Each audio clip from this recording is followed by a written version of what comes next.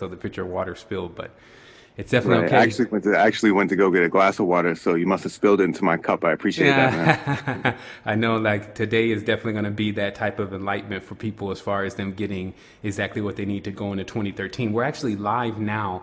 Um, I'm going to need you, Dave, to go ahead and log. I actually went to go get a glass of water, so you Okay, must have great. spilled it. So that's at least reverbing back. All right, so that's really the only sound test that I actually need. So let me get ready to take this thing live, and let's go ahead and get this thing going today.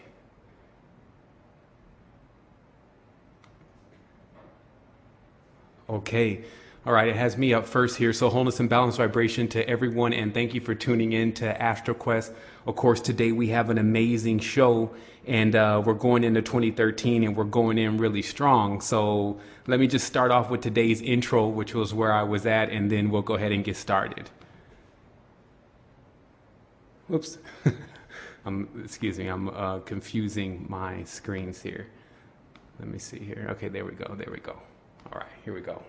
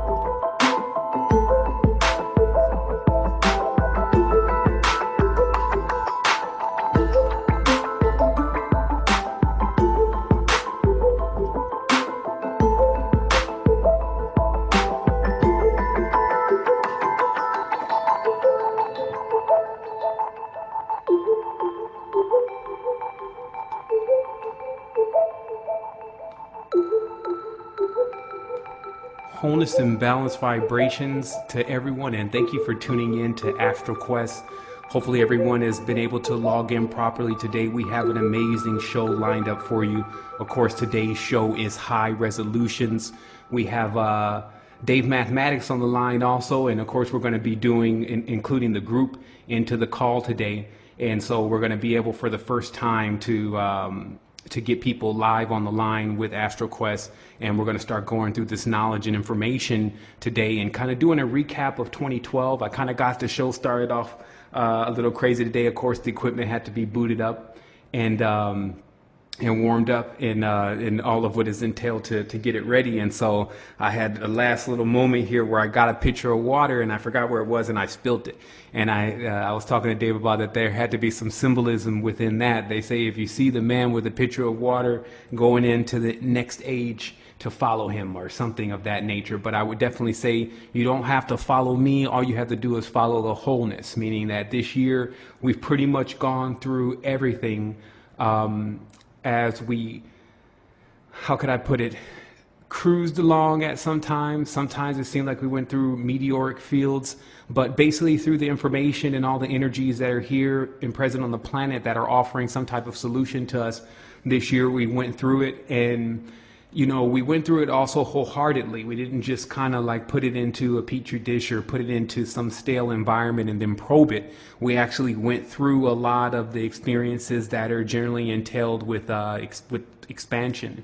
And so we're going to go over a little bit of that today, but my main goal for today's call is just really to introduce people to the new level of what we're going to be doing in 2013. To talk about some of the new tools that we're going to be implementing to get everyone involved more.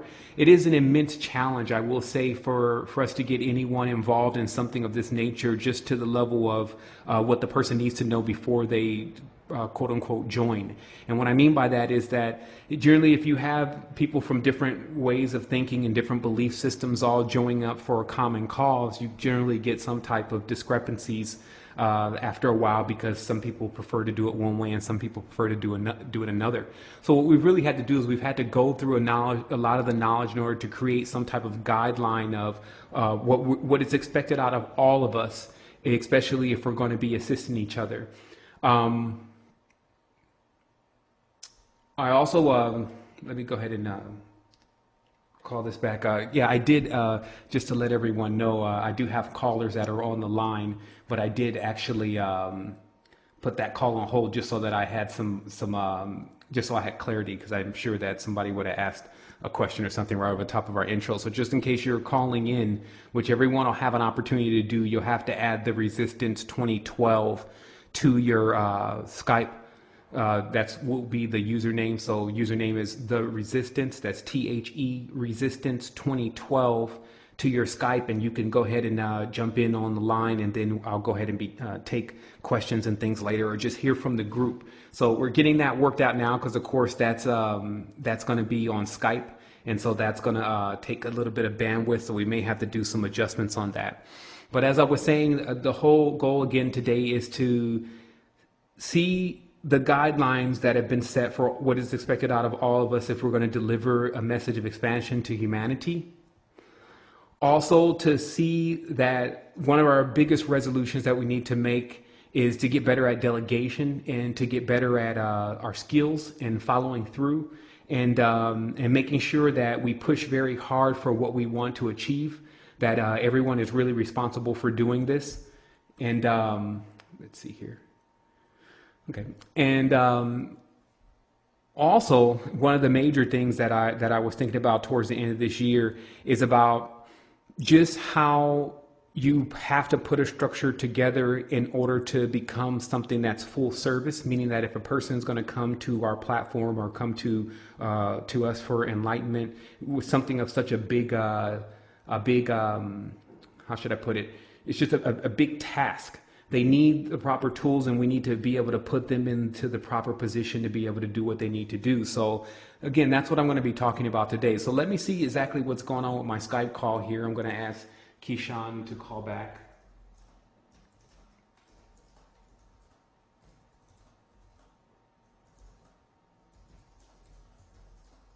Okay. And also, today is going to be packed with some knowledge. I didn't just leave this day for everyone to call in and for us to set resolutions. I also was doing something big on the note level, just about how these type of parallel realities really work, like what we can really expect to look at next year, especially now that people have gotten this whole, it's going to be the end of the world thing out of their blood. And now start to look into, are there going to be female messiahs here next? Are we going to have people coming forward displaying energy and displaying the effects of energy and activation? Just some of the things that are probably exactly opposite to the way that this reality is running now. So that's definitely what I'm going to be asking about and talking about. So let me go ahead and take this line.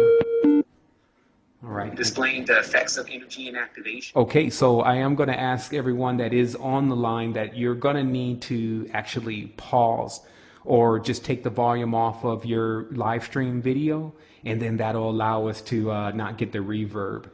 Okay, so it looks like everyone is in again now, and I will say earlier I did forget to tell you for the beginning part, Keyshawn and Dave, who are on the line now, that I was going to go ahead and mute the line. But it looks like it's 11:11 a.m. over here exactly, so I guess that's when we're supposed to get started. If you notice that this year has been really crazy with a lot of the symbolism and a lot of the knowledge and being just thrown out there, no one really knowing the meaning of it. And that's, of course, why we got into really ciphering and cracking into a lot of this information and really explain to people what it exactly means based on the ancient knowledge. And so that's definitely where things began 3 years ago. So even though we're at 2012 now, we made a lot of progress in 2009, 2010, and of course 2011 and 12, and here we are going into 2013. So I really want to, of course, assist people as much as I can with making resolutions that will propel them through 2013 with great success. I want to really talk about things that also that I put into application that work for me. I've made more or less a meteoric rise after agreeing personally to let go of a lot of the weight that was holding me back and not allowing me to really soar like I was supposed to. So I want to, of course, talk to people about that, especially this year, about explaining what my step-by-step procedure was to get to where I'm at now. Because I feel like if I'm going to talk to people about what they need to be doing now, I also need to tell them about, what I went through and what were the experiences that I had when I went through that. So let me go ahead and turn off these notifications here. And as I said, we're kind of demoing out some of this equipment. This is really a part of 2012, 2013. When we come into it, we'll know exactly what we're doing. But we've installed a lot of stuff, and there's no other way to get that worked out beside actually doing something with it and doing the trial and error. It's not like we're technicians and editors over here. We're really adepts looking into spiritual knowledge and having to use inorganic products at time in order to communicate with each other because of the way the world is set up. And that's what I wanted to also talk to people about today is, about being real with yourself. Like one of the things that's going on in the reality is that we use especially money every day, and money has talismans on it. Money has symbols on it. And those symbols, if you use that money, then there's some type of relationship between you and those symbols. So what happens is when we choose to become like children, what happens is we neglect and don't how could I put it? We don't accept some of the things that we're actually doing that are there, and they're affecting us to a certain degree. And especially if we don't look into it, then we'll miss exactly how to counteract it. And so today we're going to be given a lot of solutions to how to counteract the loss in energy that we face at times in the physical reality, and just in having to get by and having to deal with everyday life. So let me go ahead and look into this real quick. I want to go ahead and change these notification options only because I'm sure a lot of people will be joining the call during the day, and just to keep everyone from hearing that sound. But in the meantime, while I find that, Dave, let me ask, are you on the line? Can you hear us? I am on the line. How's everyone going out there? This is David Mathematics. I'm definitely very excited and happy to be here today, man. How you doing, brother? Oh man, I'm doing great. It's actually, you're coming through loud and clear, just in case you want to know. And man, I'm like I said, we're right on the brink. We're about to enter into 2013. We're all alive. I'm super excited about what we have lined up for next year. So excited that the conversation may sound funny. There's always this period, I'll tell everyone in the beginning, no matter how long you've been in this, it still exists. But it's basically when you first get on the line, you're like, okay, I'm live. What am I going to say? What am I going to do? And then, of course, later on, you're wishing you had said certain things and you missed out on certain times of saying certain things. But that's just all a part of the process of course, being live. And I think that also comes with what we're dealing with in the reality in general. People should understand there is going to be a slight learning curve to your experience here, especially if you're going into something new. So give yourself time to make the adjustments, and don't beat up yourself too much and think, I'm supposed to be, superhuman and I'm supposed to know this immediately. It doesn't work like that. What happens is that you can learn faster when you become more receptive and you conduct better. But in the beginning, you're working on opening up those tunnels and channels so that you can be able to do that. So I will let everyone know, not only do I experience that, but anytime you get into the arena, you're probably going to experience that. So yeah, Dave, I definitely, we're going to be talking today, of course, about Occult Review and how we're going to get that launched off. Of course, we have Sun back on board, just an amazing opportunity. Again, we get a chance to share space together. Me and Sun and Dave are going to be doing the Occult Review and bringing in a lot of the content that's coming from the world and showing you exactly what it means. But yeah, I mean, what do you think about that, Dave, as far as being able to get these people in the know about fresh stuff that's trending right now? Right, definitely. I mean, that's going to be the whole purpose of the Occult Review. And for example, for those Resistance members who have been on astralquest.com and they've seen the Cloud Atlas review that I did, for example, it raised a lot of questions for people, and they got the discussion going, and maybe gave people a different angle to look at the film, and gave them a different analysis that they were looking for. And, we're going to try to do that with a lot of media, and we're going to try to remain current, whether it's a new Kendrick Lamar song, maybe the Frank Ocean Pyramids video. When those things first hit the ground and people, they're in their search engines trying to find out what does this mean, and they're only getting cursory analysis. If we can give an analysis quickly, we'd like to hear what people want to see, broken down. For sure. And, one of the other things, I might as well mention it now, but we really are going to put together this year a top frequent asked questions with spirituality in video format. And I think that these are going to be the tools that we need and that everybody is going to need to assist others in expanding, is that when someone asks a question or someone needs something, we can take them directly to it. So, of course, with this, I think there's a new website, I forget what it's called, also in regards to music. Or especially the rap music, they break down each lyric of the song into what they think that it means or what the author meant by it. But it's going to be interesting to take apart some of these songs, even that have this occult nature to it, and then even send information into those databases and give people another perspective about exactly what they think that those songs mean. So there's going to definitely be some shaking up going on here as far as in the other social networks, with us getting this content maybe originating where we are at the Occult Review, but also in the other networks and into to other minds, so that people can see that, hey, this stuff has another layer of meaning of it, and you just, you kind of missed that. So I'm definitely looking forward to that too. Also, in regards to bringing in a lot of new traffic for 2012. For 2013, one of the major things that I was thinking about is that it only takes a moment for this entire thing to jump. And I know that we're going to experience that in 2013, meaning when it goes from thousands of people to hundreds of thousands of people, maybe millions of people knowing about what you're doing. But the main point I want everyone to know about that is that you want to be able to, it's not about getting the recognition, basically. It's not about just saying, hey, we have millions of people over here at the Resistance. It's actually about being able to service those people. And just like with any company or website, if you're not prepared to grow to the level of what your audience may be, like if you can imagine Facebook on the first day, I think crashed because of how many people that joined it. So it's really that kind of thing also, where we've been preparing a lot of our equipment and things and also our fluidity of being able to get people in the know and getting that information to them. And it's more important for us basically to do that before we would start trying to attract millions of people. But I think that this year has really been a good step in the direction of being able to get the information for everyone. And right now what I'm going to do is I'm going to switch screens here to one of the sources that I have, which is actually just showing a new program that we're installing called Pearl Trees. It's actually already installed, but our website is basically very difficult to navigate at this point because of the level of content that we actually have in the website, and that's been stressed by many people. And it's been like, what do we do? Because we kind of built the city before we built the road, in better lack of words, meaning that we built the website and just getting it up and getting people into it as a social network before we actually decided how the information was going to be laid out. And so what that's led to is that we actually have a large amount of information that people have never seen. And this is one thing about the Resistance website, is that it began 3 years ago, but all the information is archived within the blogs and within the forums. And then of course you have posts that were developed by members, and then you have posts that were developed by myself.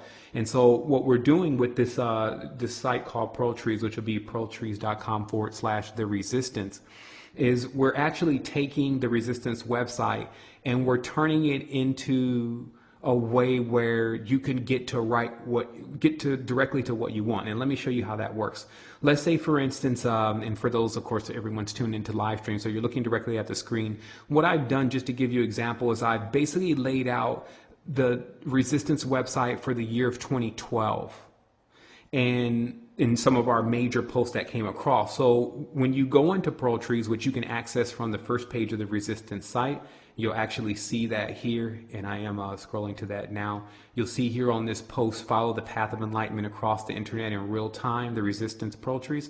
So you can actually go to this particular application, and then you'll get into what's called Pearl Trees. But this will be installed in the site. I'm just kind of introducing everyone to this tool now. And so once you go in and you click on the Resistance website for 2012, you'll get January. You click on January, and then what you get is a spread here of posts that were all done in January of 2012 around particular topics. And so this is also how you can follow how we were, quote unquote, occultating in January, meaning what we were talking about then. I did also include a part of December in here, also of December of 2011, because there was some major stuff that was coming through at that time also. But how this will work is basically when you push the link, or when you push the Pearl, as it's called, then you would go to not only the actual page, but also a micro description of the page.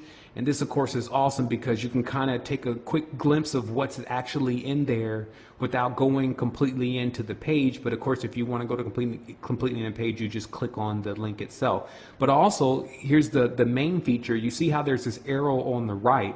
All you have to do is just click the direction over, and you actually get to the next post that we feel is important for you to understand at this in this particular category. So as you see, you get another post here, you get another post here. Now the benefit of this is that, and I'm giving an example because I have something entirely different planned for this actual application. I just used this particular these particular posts as an example because I had about a day into the program and I was getting used to it myself. What I intend to do with this is I intend to name these tabs specific things like breathing, meditation, etc. And then you follow the tab to all of the different levels of what you need to learn about that. So more or less it's choose your own adventure.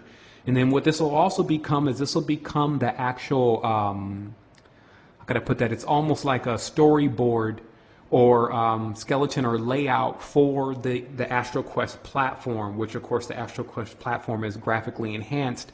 But these are the nodes that will allow us to know where you need to go to get the solutions that you need to get. So this is what came to me, and another important feature with this is that members that we select to join or in cultivating the tree or curating the tree as it's called actually get an opportunity to go in here and to do the same thing, to add links and trees into specific things. Like for instance, a lot of people want to know where we get our graphics from and where can they get graphics for movies and things that they're doing that are related to, you know, the expansion, the chakra centers, etc. And so I included this tab, graphics. Of course, you click on that and then you click on any of these pearls here and you'll find some of the top graphic artists, their websites. Of course, this is Amanda Sage, this is Simon, this is Raul, and these websites are actually the top websites for the individuals that are producing a great deal of the esoteric and multi-layered art that we're looking at so much in the world today, as far as in the esoteric world. So we want to basically give you access to creating. I even want to show people eventually how to create a resistance, how to create a wholeness foundation. Basically, in my trend of giving everything away, I want to show people how to do what I have done, even on being able to offer products and do things like that, so that they can get themselves to another level. I think there's more than enough room here in this world for more people that are spiritually inclined, that know how to assist people the proper way. So I can definitely say that what 2012 has been, I'm going to get these confused all day, by the way. But what 2012 has been is us getting prepped up and on the launch pad to be able to do all of this. And it's definitely been a long time coming, because what's been incorporated with that is also us having the proper lessons that we need to do this. There's a lot of adept level maturity that one has to be able to access in order to be able to deal with people and even be taken serious by people, especially when you're advising them on spiritual topics. So I guess what we'll do is, it looks like everything is running properly. So I'm going to give this moment to Dave, and I'm going to go ahead and add some more people into the call, because I did receive some requests. Of course, today, like I said, if you want to come on and you want to ask some questions or you want to say something, definitely is the day to come on. We're thinking about doing something tomorrow. We just want to know kind of how many people are spending time with their family. And so if we get on, there's nobody on anyway, but then somebody else, or in my mind, I was thinking about, we're all family anyway. So we may do something over the 12 o'clock period tomorrow, maybe in conjunction with Michelle Gaza on Astral Quest. Like, everyone, just keep looking out for emails on that. But definitely today is going to be about, like I said, major expansion. I got a lot of notes here, but I also want to make sure everyone gets incorporated into the call. So I'm going to go ahead and check that. And in the meantime, Dave, maybe you can tell us about some of the stuff that you've been seeing going on in the resistance for the last year, or possibly some of the things that you're working on out there in DC, I believe. Well, definitely. I mean, I'm in DC, and I'm also in Southern Florida, and at the moment in New Hampshire, where my family is from. So I get I get about many places, and I get to check out the current, and I get to check out, what people are going through, the experiences and everything. And I think, 2013 is really a tremendous opportunity, especially for people who have been wrestling with a lot of spiritual concepts and sort of trying to quicken themselves to get to the level where we can really be receptive to a lot of what Sevan talks about, and a lot of what many people who are really accelerating their abilities right now. And I think for me personally, I think 2013 is a great opportunity to sort of start anew with more of a regimen and more of a game plan to how you want to enhance your experience, sort of without the burden of the whole 2012 scenario in the back of everyone's mind. And it's almost a time now, Exactly. for example, for me, I've been sort of quasi vegetarian with my diet. I've been moving towards that. And 2013 is the time when I feel equipped to be able to go into a full revolutionary change in terms of my diet, in terms of, not going back into those patterns that I knew already were something that weren't beneficial to me, but you're still trying to break free from that. And I think for a lot of us, 2013 is a time when we can really have exponential leaps. And I'm really curious to hear what is causing people to quicken out there. I mean, we've been working at True Sparta, which is really my workout company. We do a lot of training, and we train different athletes. We train people who we call just everyday warriors, who go through life and make sure that they're physically fit. And for a lot of people, that tends to set off sort of it's the catalyst. It sort of sets off their transformation in terms of the mind, body, soul, which Sevan often talks about. So if you can, maybe for some people it was the mental sphere that set off the charge. For others, it was the spiritual sphere, and then they got into, physical, enhancement and just, getting their body or what the resistance calls, the vehicle, get that in shape. Right. And, for me personally, I think 2013 is going to be about getting the vehicle equipped so that can set off the catalyst, that effect for more people to get involved in being more whole. For sure. I mean, definitely well said. And I definitely see that, it's interesting because, there's going to be a lot of bridge building in 2013. I see 2013 as the wild card because, like I said, all of the 12 are all the structure. So people can understand what the 12 really is about. It's about the structure. So 13, of course, is outside of the structure. And for a little bit more clarity and insight on that, I was basically coming to this grand conclusion towards the end of the year about just the number 5 and the number 6, which everyone should see as really being some of the most important tools used on the physical reality that we're living in. And the conjunction of those two numbers, which make, of course, 11. And this, of course, is why we're getting the 1111 and everything everywhere.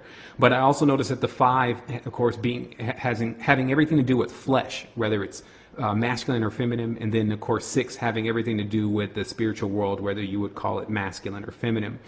And I started to see that the difference between these two numbers and how they were manifesting in the reality is the difference between a pyramid and a dome, or a straight line and a curve.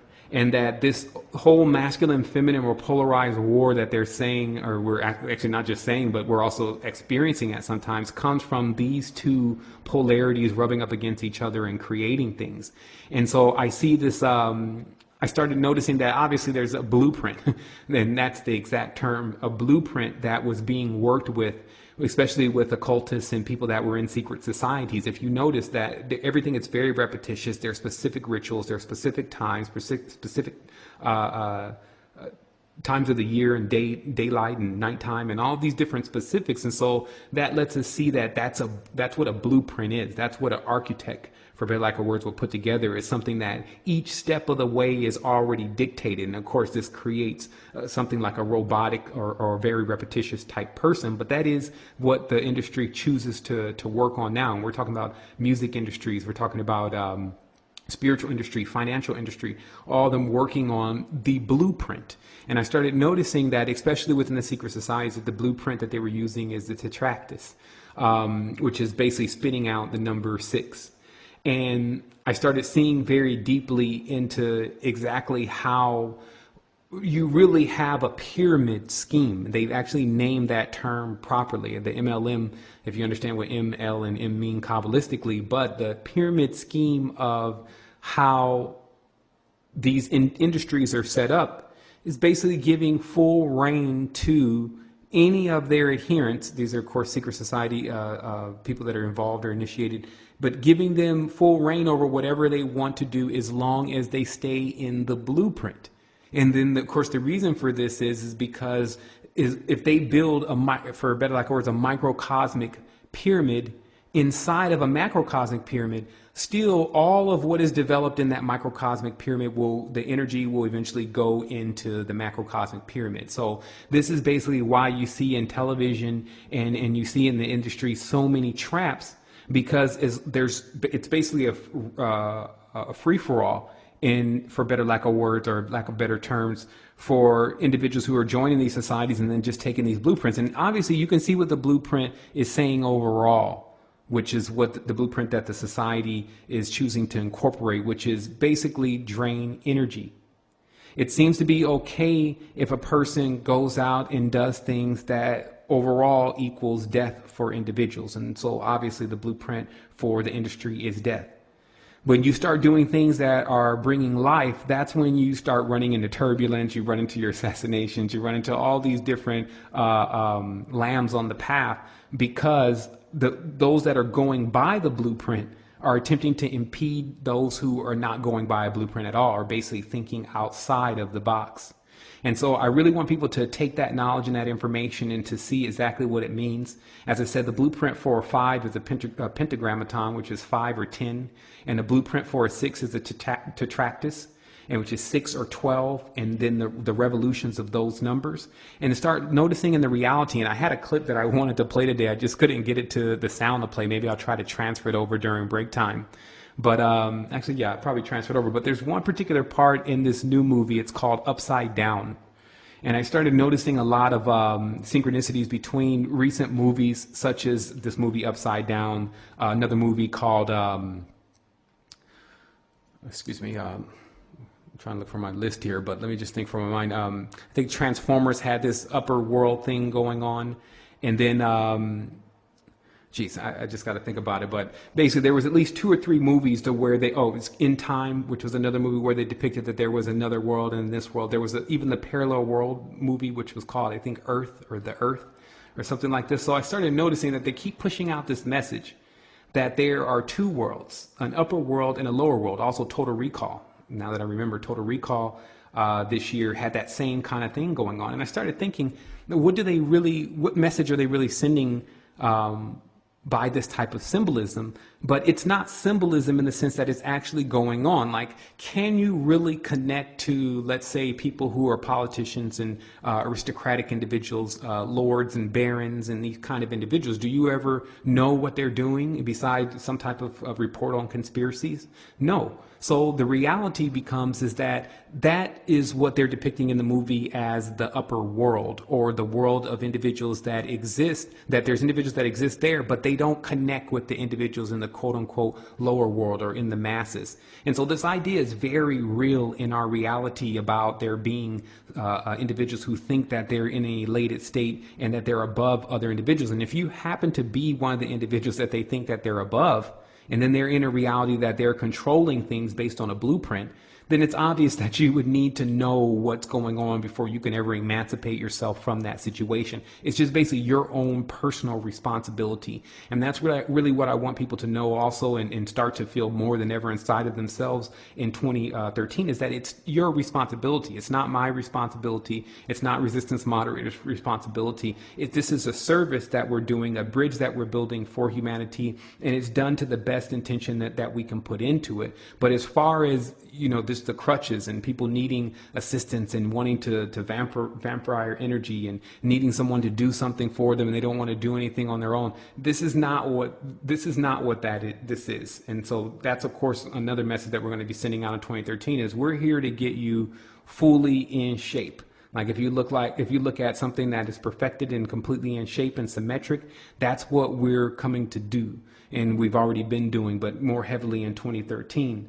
But as far as just being like the boohoo faction, or just like basically a shoulder to cry on, we really don't want to take that role in 2013, because we want individuals to actually be able to learn how to understand, which is an internal thing and something that you have to do on your own. So there'll be a lot of messages. Like I said, that's why we're going to be giving a lot of tools away. So there's going to be a lot of message geared towards getting people basically so that they can do things on their own, and they can use us as a resource and a hub for expanding their projects.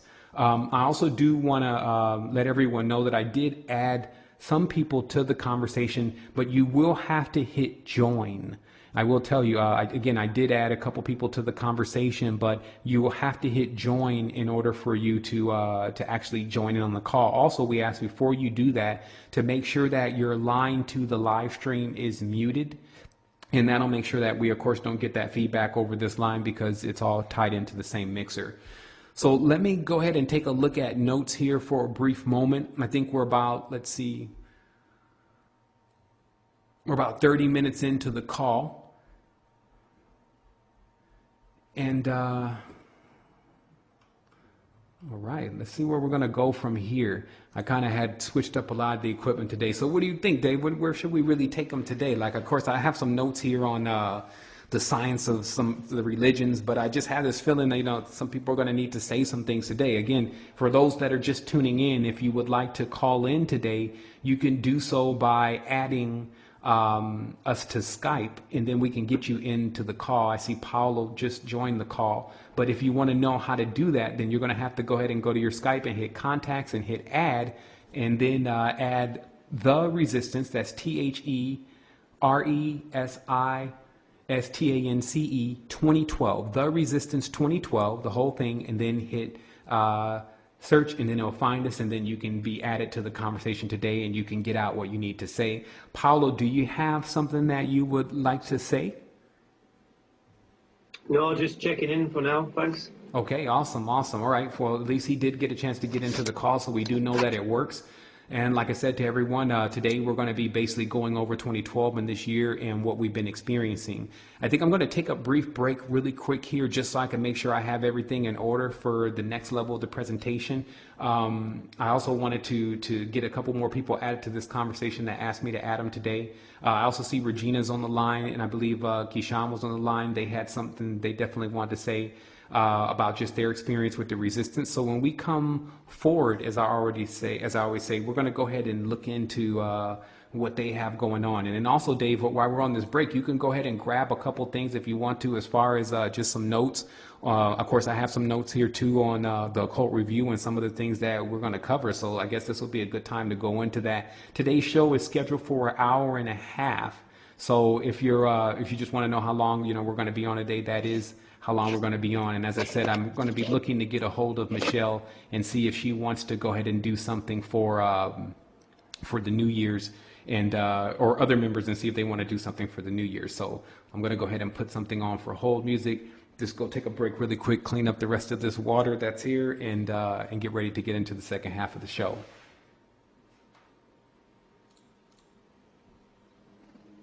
All right. Dreams.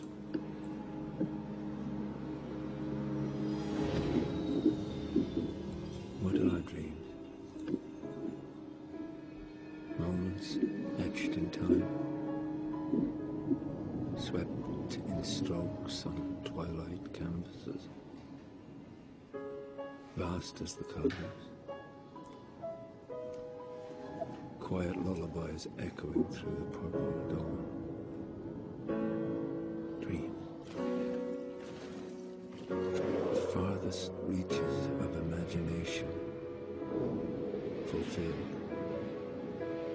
endlessly evolving in leaps and bounds.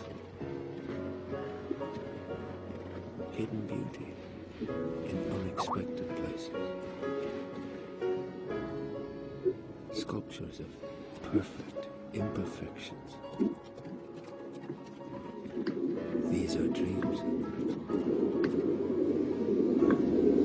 Sublime journeys beyond the extraordinary.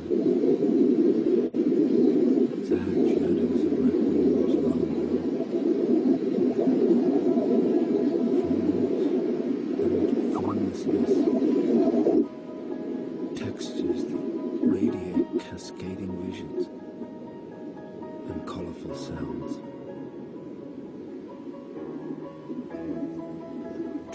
that shimmer between wishes and stars.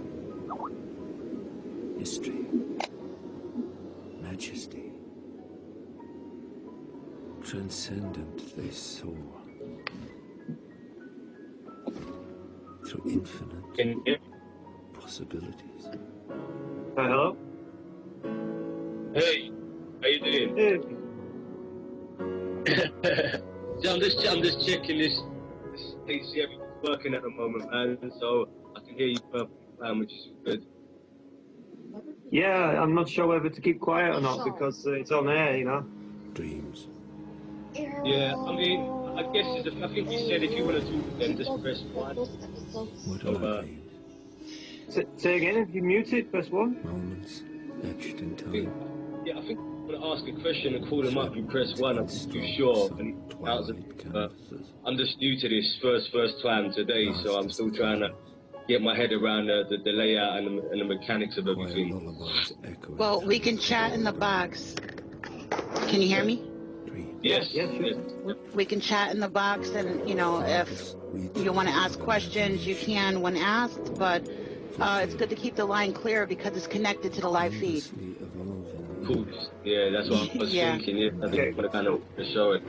So what if I want to ask a question? Do I just press one in the box then, and then he'll say my name?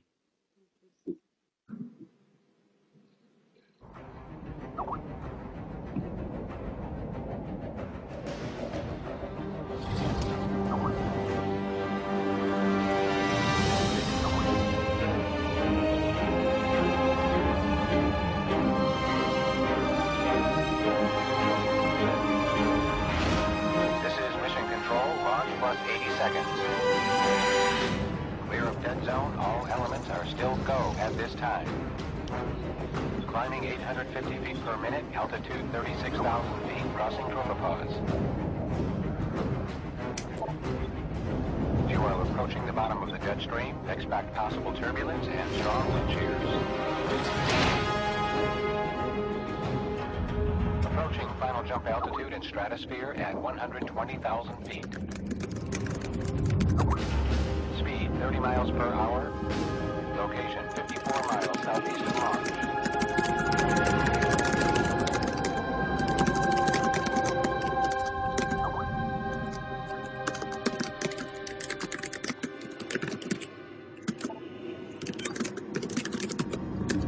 Activate jump oxygen system.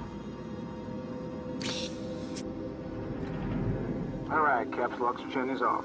Roger. Proceed to exit.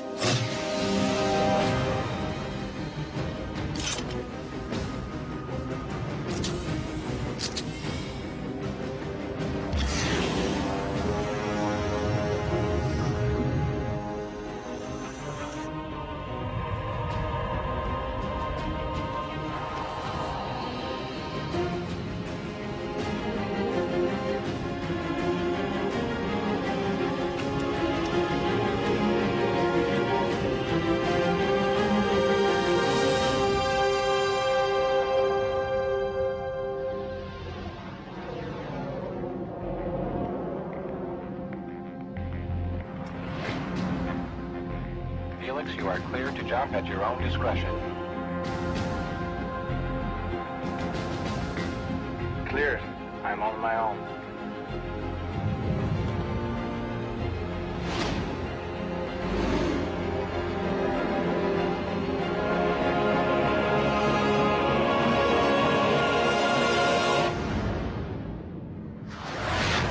Speed 620 mph. Mach 1.0.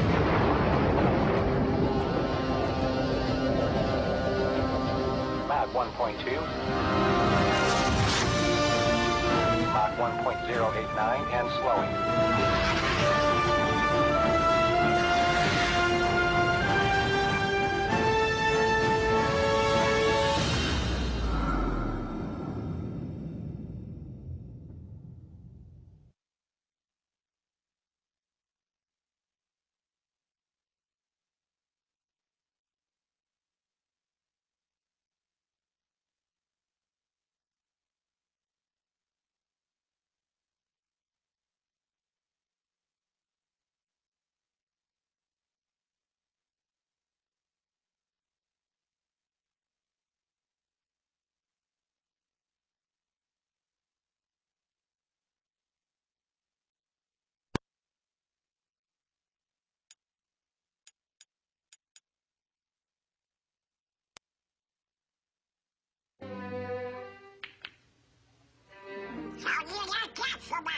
much, Mr. Spirit.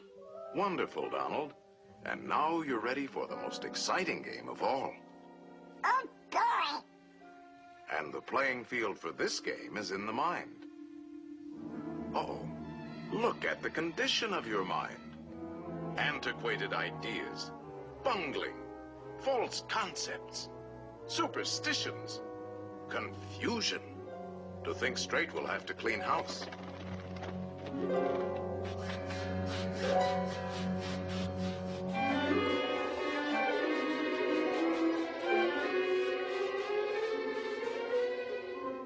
There, that's more like it. A nice clean sweep.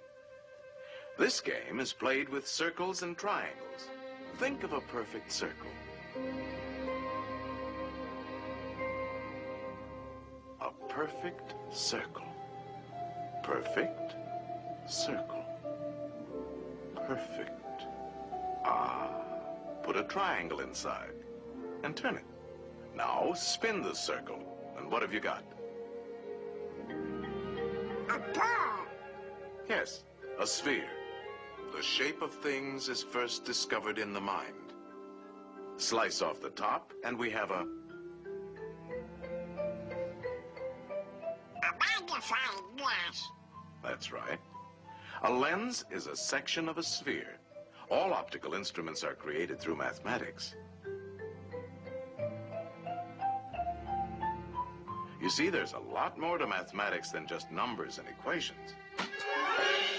Let's get back to our circle and triangle. Roll it, and we have a wheel.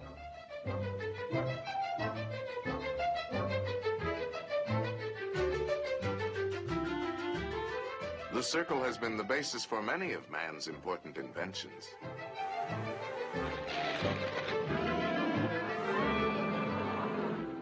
The mind can create the most amazing things. If we spin the triangle, we have a tone.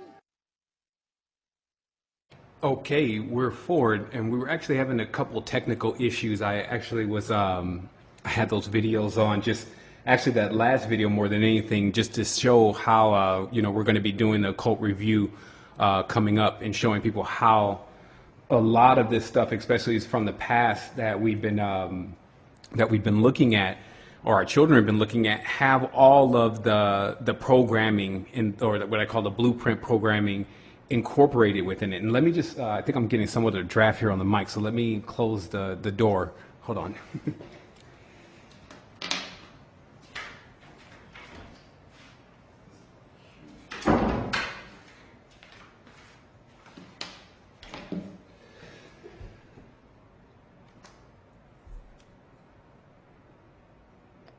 Okay, and okay, so what I'm going to go ahead and do is I'm going to go ahead and get some resistance members on the line and let them talk about exactly what's been going on in their life this year.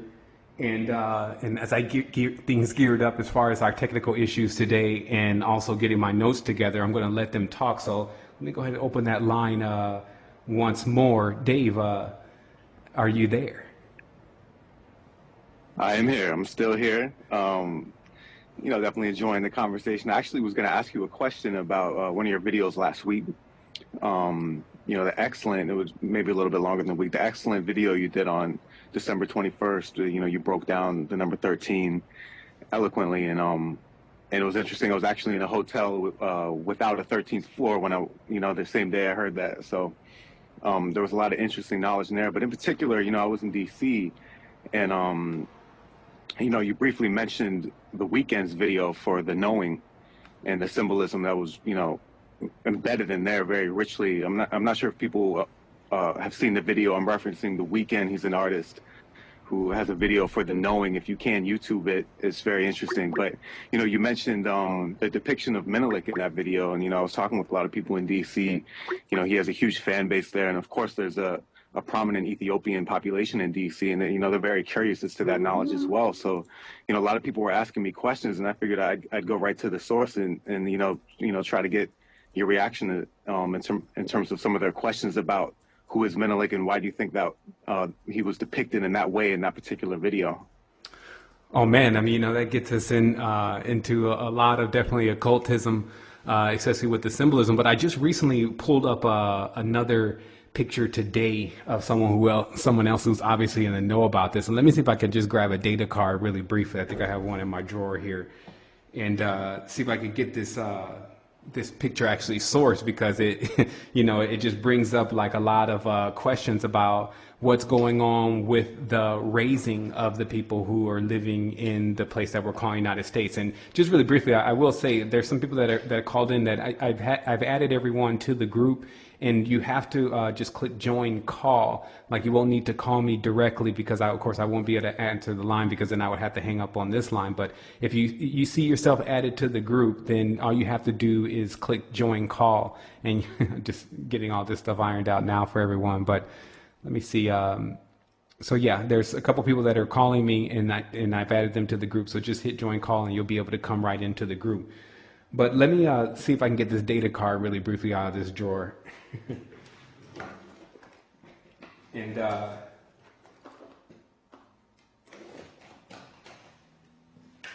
we'll try this one, so I can get this actual image up, because yeah, I mean, there's definitely some occultism going on with and I apologize, everyone. I only can use an SD card, and I'm not going to be able to get it. It's in the other room now, but so I'll get it in just a little bit, and then we'll go ahead and look into that image and also the other image.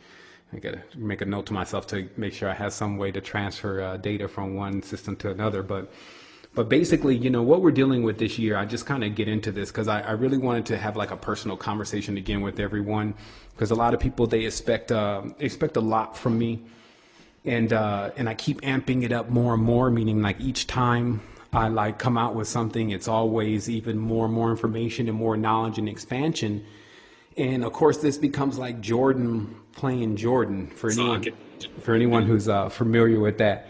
It's basically during the end of Jordan's career, he was often in competition with the self to see if he can beat his earlier numbers. For those who do come into the line, please hit mute, because your audio is live. So if you do come on and, until we open up the line for everyone, if you can mute it, it does help out a lot, just so I can also make sure I can hear it and I don't have to mute that line out. But anyway, so what I mean by the Jordan playing Jordan parody, which I said I'd never do, which is basically getting into this competition. And many of us have this thing within us, and we always do this to ourselves, especially if we're overachievers. But it's basically where you challenge yourself to keep pushing out more and more, pushing more and more out of yourself.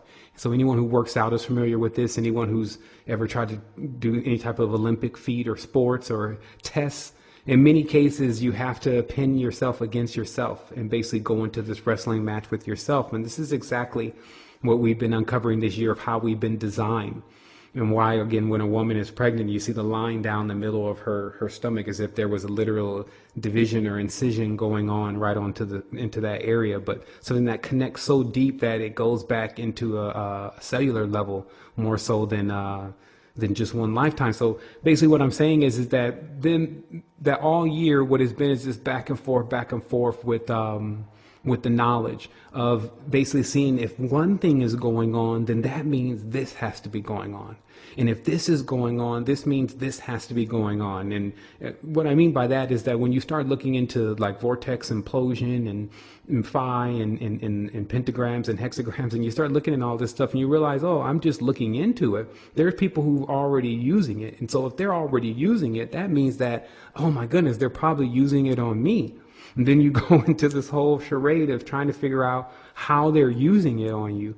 And of course, you can cover a lot of things, and you start seeing the entire reality is rigged, even down to the money, that ultimately there's all these things that are vying for your energy. So sometimes, like I'm sure people experience, especially this year, when trying to get oneself out of this, they seem to become entangled more in it. Meaning that the more that you seem to try to get to the conclusion of what was happening, it's only seemed to set you up for more questions about, man, what is really going on? And I started noticing that this is what comes with maturity. That it's basically something that's already been going on. It's just when you've gotten to a position of actually getting to a point where you'll pay attention to it. And now we're at this point at the end of 2012. Now we see that death even isn't going to save us. So people need to start getting their priorities really put together properly, because they're starting to realize that most people want to kind of like see the world destroyed. They know death is only going to last for like 1 or 2 days at the most, or 1 or 2 minutes if it's brief. So they want to see what comes next. They want to leave the planet, come out of the body, never come back. So many people want to do that in their subconscious mind. They're just not acting that out into their conscious, or speaking that out into their consciousness. So I started saying that it was that we were really more afraid to die. Really more afraid to live than die. And this is very important to think about, because I think everyone here on this line has had some level of an opportunity to expand, and then it's been up to them whether they wanted to go into that expansion, also seeing how much energy it takes. Consciousness has a lot to do with spiritual forces and being of the air. And the reason why I want to demark this between fleshly ideas is that you see in the physical reality, the animals don't desire to go to heaven and on spaceships and all of this stuff. You don't see that inclination coming from the giraffe, or that inclination coming from the ant, or these other kind of fleshly life forms. And the reason is because it's the degrees of the spirit. It's what kind of spirit is inside of that individual, and how much experience does it have, and how long has it really been developing itself. And so you can see with very fleshly people that there's no desire to expand beyond this. Like, they don't think beyond this. They don't think beyond strip clubs and soccer games and these kind of things. And that's it. And so when you're in a world that is so dense, I guess what a lot of people have been looking at this this end of the year is, let me turn my sensitivity on my mic down here a little bit. But what many people have been looking at in the world this year is that the mess. It's like, okay, if we were even going to fix this, and I'm just going to get real with people, because I love to get real. I said 2013 is going to be all about me being real with everyone and showing them, look, I'm going to show you the entire dynamic. If you want to fix this situation, and you can't even communicate with people that are on another side of the globe because you can't even speak their language, this means you're going to have to use an entirely different system to be able to communicate with them. So then you go and investigate what kind of systems, if you want this position and want this job, quote unquote, to be able to ascend and help to ascend people, what kind of let me switch cameras here really briefly.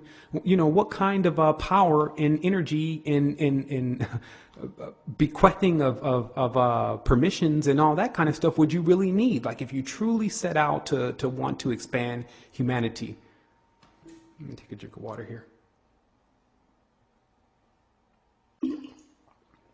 Because obviously you would never be able to do it in a brute force way. Meaning you would never be able to pick up arms and take weapons. The Occupy movement was a joke, but shows you the physical level of even trying to approach this. Like, you get batons and tear gas, and if you step it up a level, then they got bunker busters and MOBs and mothers of bombs and all these different things these Martian Samuel and George Bush and all them will fight you physically over. They're masters of the pentagram. Look at their state. It's called the Lone Star State. And they run around with these cowboy hats on, which of course is the real Judaistic tradition, with the brim on the hat, which is the planet Saturn. And then of course, to answer Dave's question, this is how it ties in. What were they before? They were cattle ranchers. They like the rodeo, the same initiations of Mithras, which is the same thing you see in the Latin countries. They got the minotaurs and the bull and inside the ring, and they got the whole rites of Mithras. And so you look up, and basically the whole world is in this cult ritual of the rites of Mithras to see who can be the most masculine and dominant. And so I started seeing right off the bat, okay, well, you know, if I wanted to beef up and like really get strong, not only in my mind, but in my body, you know, I would still have to go against gladiators on that level and then watch the defeat, because you would be on their territory. So I started seeing, okay, it can't be done on a physical level. Let's see the spiritual level. And actually, you know what? I'll say I went to the mental level first, because I tell you, the spiritual level is the only thing that has solutions. But the mental level, so I started saying, okay, well, maybe it's all about, you know, what they know. And that's when I uncovered a while ago that what we're calling science today was actually the religion of Babylon. It was actually the religion, the secret religion that was never taught to anyone, is what we're calling science, because it gave the details to how the world and astronomy and all that really worked. And the reason why it was hidden knowledge then is because they didn't even understand how it worked. They were just like taking notes about it, just like we are right now. And they needed to come to an understanding of how it works, and also come to an understanding of how to change certain things before they release it to everyone.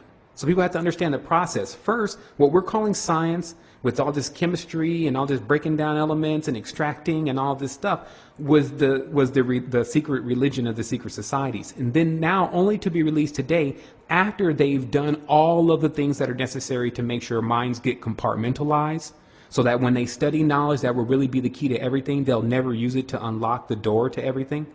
They'll only use it to unlock the door of more death, meaning that there are chemists at Merck that can prescribe to you the elixir of life right now if they weren't in a trance. They know simple extraction, and then they know you can extract it from a very old tree. You go into a field where there's a lot of trees, and you'll find always one tree that is larger than the other ones, because that is the one the trees came from. Then you extract the information from that tree just from its bark, something that it's peeling off. It doesn't even need, so there's no vampiric craziness going on. And then you extract the knowledge and information of that tree, which is still bundled in an organic language, though. So remember, anyone that can't read an organic language is going to be frustrated with trying to extract something from a tree. They're going to basically go into like a DMT experience, and then all their fears are going to be in front of them, not basically a panel that's saying, ask me what you want and I'll tell you everything about at least my time span. And so this, of course, is what I started to see more than anything in this bringing ascension to people, is that there were so many layers. It was like I was being laughed at by the gods for attempting to do something that they even failed at. And then, so of course, I still keep myself in my own Taurus, in my own field. So I said, you know what? I think what's happened, though, is that through this period of time, we've never had really an opportunity to bring everything together.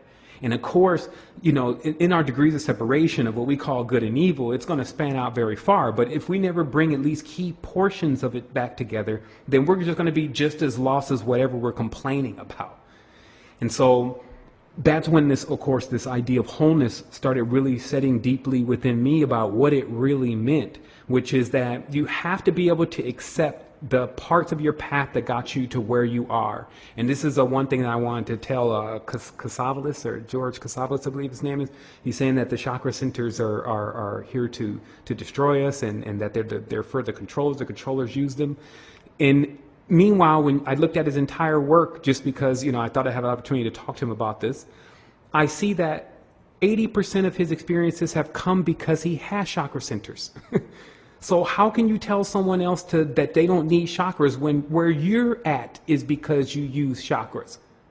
Now, this, of course, would then mean that you're saying to a person, hey, don't be like me. But aren't we supposed to be who we're telling everyone that they should be? So how are you going to be something else and then tell everyone else to be something else? You see what I mean? This is the confusion that I've been noticing that exists within a lot of people's mouths in this spiritual arena and physical arena. And of course, why I still have to do a show every week, I'm kind of scratching my head on the big picture, like, okay, you know, I use 2012 as a real countdown to see how fast I can do it. It was a race against myself. I didn't think about, because I understand, again, prophecies are for profit.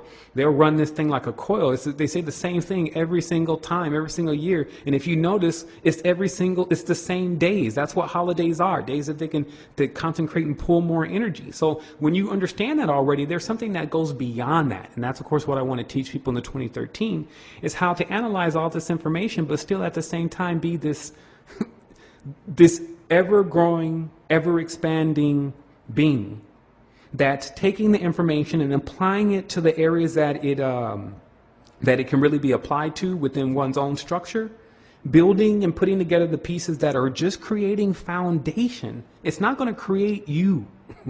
Knowing history and knowing what's going on with all these different beings that live on Earth and all that stuff is not going to make you personally. You're going to make you.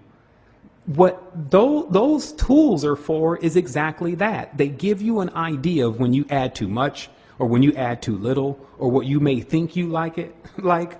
And that's what it's really here doing, serving you. This is what I was starting to see too. Like all of this stuff is like in service. The queen is serving you. She's serving her version of what a queen reality is to be. And so I started again saying, so how am I going to teach this to people? Like, how are we going to, like, let's ground here for a moment and let's see exactly how I'm going to build this bridge, because I think it's going to be the last Mimsy thing again here, where you have this bridge that needs to be built, and that because that bridge is going to get us over the areas of consciousness that we haven't crossed yet. And if we're saying that we crossed them already, man, you're in an illusion. We have not crossed the point that we have collapsed duality, when we've made negativity fall upon itself because it doesn't really exist, when we've made amends with everything and things have accepted their responsibility, meaning that this whole dynamic of what we're unfolding, the more that we unfold of it that we don't solve, the more we're setting out more time for us to have to figure out how to solve it. And I think the way to put an end to that is to start to show people how to build bridges. Like if I can't speak Chinese, there's a person who can speak English and Chinese. That person's a bridge. So now I need to teach that person that speaks English Chinese what I know so that he can teach more Chinese. See, you have to actually be able to go into each piece and know how to bridge it, because they all can be bridged. Now, the positions of 2013 for the ones who will be, if you want to call it great, will be the ones who can build the best bridges. So this means that you have individuals that were like probably like Bloods and Crips building bridges to higher states in consciousness. And those will be the best bridge builders, because just because an individual already can tell everyone around them what to do and they start following that advice, and if it's good advice, they started benefiting from it, doesn't make them the best bridge builder. It's when you go to a expanse or an area that you can't, not too many people, again, function in. And I'll say that again. When you go into an area that not too many people can function in. And right now, people are having a hard time dealing with the Illuminati. People are having a hard time dealing with street thugs.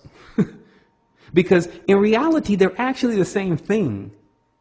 Like, people need to see ignorance is ignorance. It doesn't. What are we to measure the degrees of ignorance? What have we gotten into? The thing is to just acknowledge it for what it is and start going into perfecting it. So, again, to answer the question about, what the Moloch or the MLK relationship with the United States is to see that the United States has been suckled and nursed by Judaistic and Abrahamic tradition. And this is, of course, why the cow is seen in India as being the most sacred. And we've watched how that particular society and that procession, because obviously you can see this in the stars. You would, if you understood it, you would be able to see that this is the actual procession itself. This is when certain energies are pouring themselves out on the earth the most. And that's why I think that this is what they mean by this whole 2012 shift thing into 2013, is that this is actually the point. And we can just see it around us. When people stop looking at this same redundant rhetorical information, such as the Bibles and all the religious books, etc., to give them the answers that they need for where they're going when they leave here. But notice the play in the beginning, meaning you actually have people running around believing that someone else has where they're going to go next and who they're going to be already planned out. So they don't even need to worry about it. They can just have fun, basically. Or some people, most of them in the religious sects, are not having fun. They're actually told to be miserable. In the next life, you may have fun. So you see the entire play is what I'm saying. And that's what I think 2013 has been about, is that there's some type of energy that is here. Maybe it's the sun that is causing everyone to actually realize what they're doing and wake up. Now, of course, some woke up and went back to sleep. That's the other thing. Like, some people can wake up to reality and decide reality is too much. I'm going to go back to sleep. So, of course, at the Resistance, we've been like awake around the clock. And what I've been really doing is every time I come into a problem with something that we can't solve, I work night and day until I actually solve it. And I think I've gotten to pretty much the solution of everything. Now it's just about whether individuals are going to be able to apply it. And when you study this entire spiritual structure, you see that it has everything to do with energy. If you can somehow contain and then cycle your energy properly, and then not get your energy drained, basically where you give out energy and it doesn't get back, then you start to consistently build energy. And then the reality around you begins to metamorphosize based on your projections, because you have the energy to match your projections. If there's anything that's hindering your energy, generally it's going to be your body, and you're going to need to change its density. And of course, that's when you get into whole body breathing, when you get into monatomics and Ayurvedics and internal cleansing. And so basically it's solved. But is it not? Like me, if I knew that I was going to be right at the solution, I work at McDonald's for the solution. Meaning that if I know that all I need is, let's say, $400, $500 just to get a couple things so I can boost myself up into another physical frequency, because it's a universal law. It's not Sevan's law. So if a person does that, then, and they know they're going to receive whatever it is that they're going to receive after they put that time and attention into it, then boom, it'll happen. Now, that's why we work with brute force things, meaning that if a person does go through the cleansing and go through the necessary steps to get themselves in a higher state of consciousness, they will experience a metamorphosis in their reality. So that's done. The next thing also for people to see is that your intentions, and this of course is the resolutions for this year also that many people are making, have to be like high in order for you to even get a percentage of what you've already you put your intention into. And let me explain that. When you put an intention and an idea out there, especially when you tell other people, it's already being siphoned. The energy is already being drained from it, because some people are like, okay, once that happens, and they think big about it, and then the energy tab goes down a little bit. Let me show you. I'm showing you energy dynamics. When you ask for something like a resolution, man, you need to make that thing like, man, I'm going to space, I'm jumping out the plane. If you're just trying to get a passport, you see what I mean? Because what happens is that you, in your excitement, we wreak our plans. And because at times we're living in dense fields hinder plans or ideas or quick frequencies. So there's a way, again, to look at this from multiple levels. You don't just have to accept the spiritual level of, oh, there's these dark spirits and they're hindering things. You can look at it as, oh, there's negative 100.15 hertz over there, and I'm sitting at 528 perfected, but I'm about to go through there. What am I going to look like when I get out? You can go that perspective of it. No one's here to tell you exactly which way you need to serve yourself. So that's, of course, why we present all of the information and knowledge. But realistically, like going through this year, personally, me, myself, going through spiritual knowledge, very disappointed. Very disappointed at what our elders have cooked up, meaning that what is actually written about what we need to know and what is available to us is almost nil. All the rest of the books contain a piece of the truth that if you, for some reason, associate that truth with the individuals that wrote that book, then you're going to get fooled. And let me explain that very deeply. Notice how the best book, like The Secret, contains one of 105 laws of the universe. Just one of them. And it blew up. But you also need the other 104 to really, really benefit off of what the teaching really is about. But they only give you one. So, of course, when you look behind The Secret, you'll see it's the same individuals that are behind even making McDonald's try to go green. So it's just the propaganda machine. So what I'm saying is that within all of this, the way I find that we can pierce through this the best way is together. But someone must figure out, utilizing all the techniques and tools that we have at our disposal, which is a lot, how to actually do it without losing track of someone. Having someone feel like they're not included.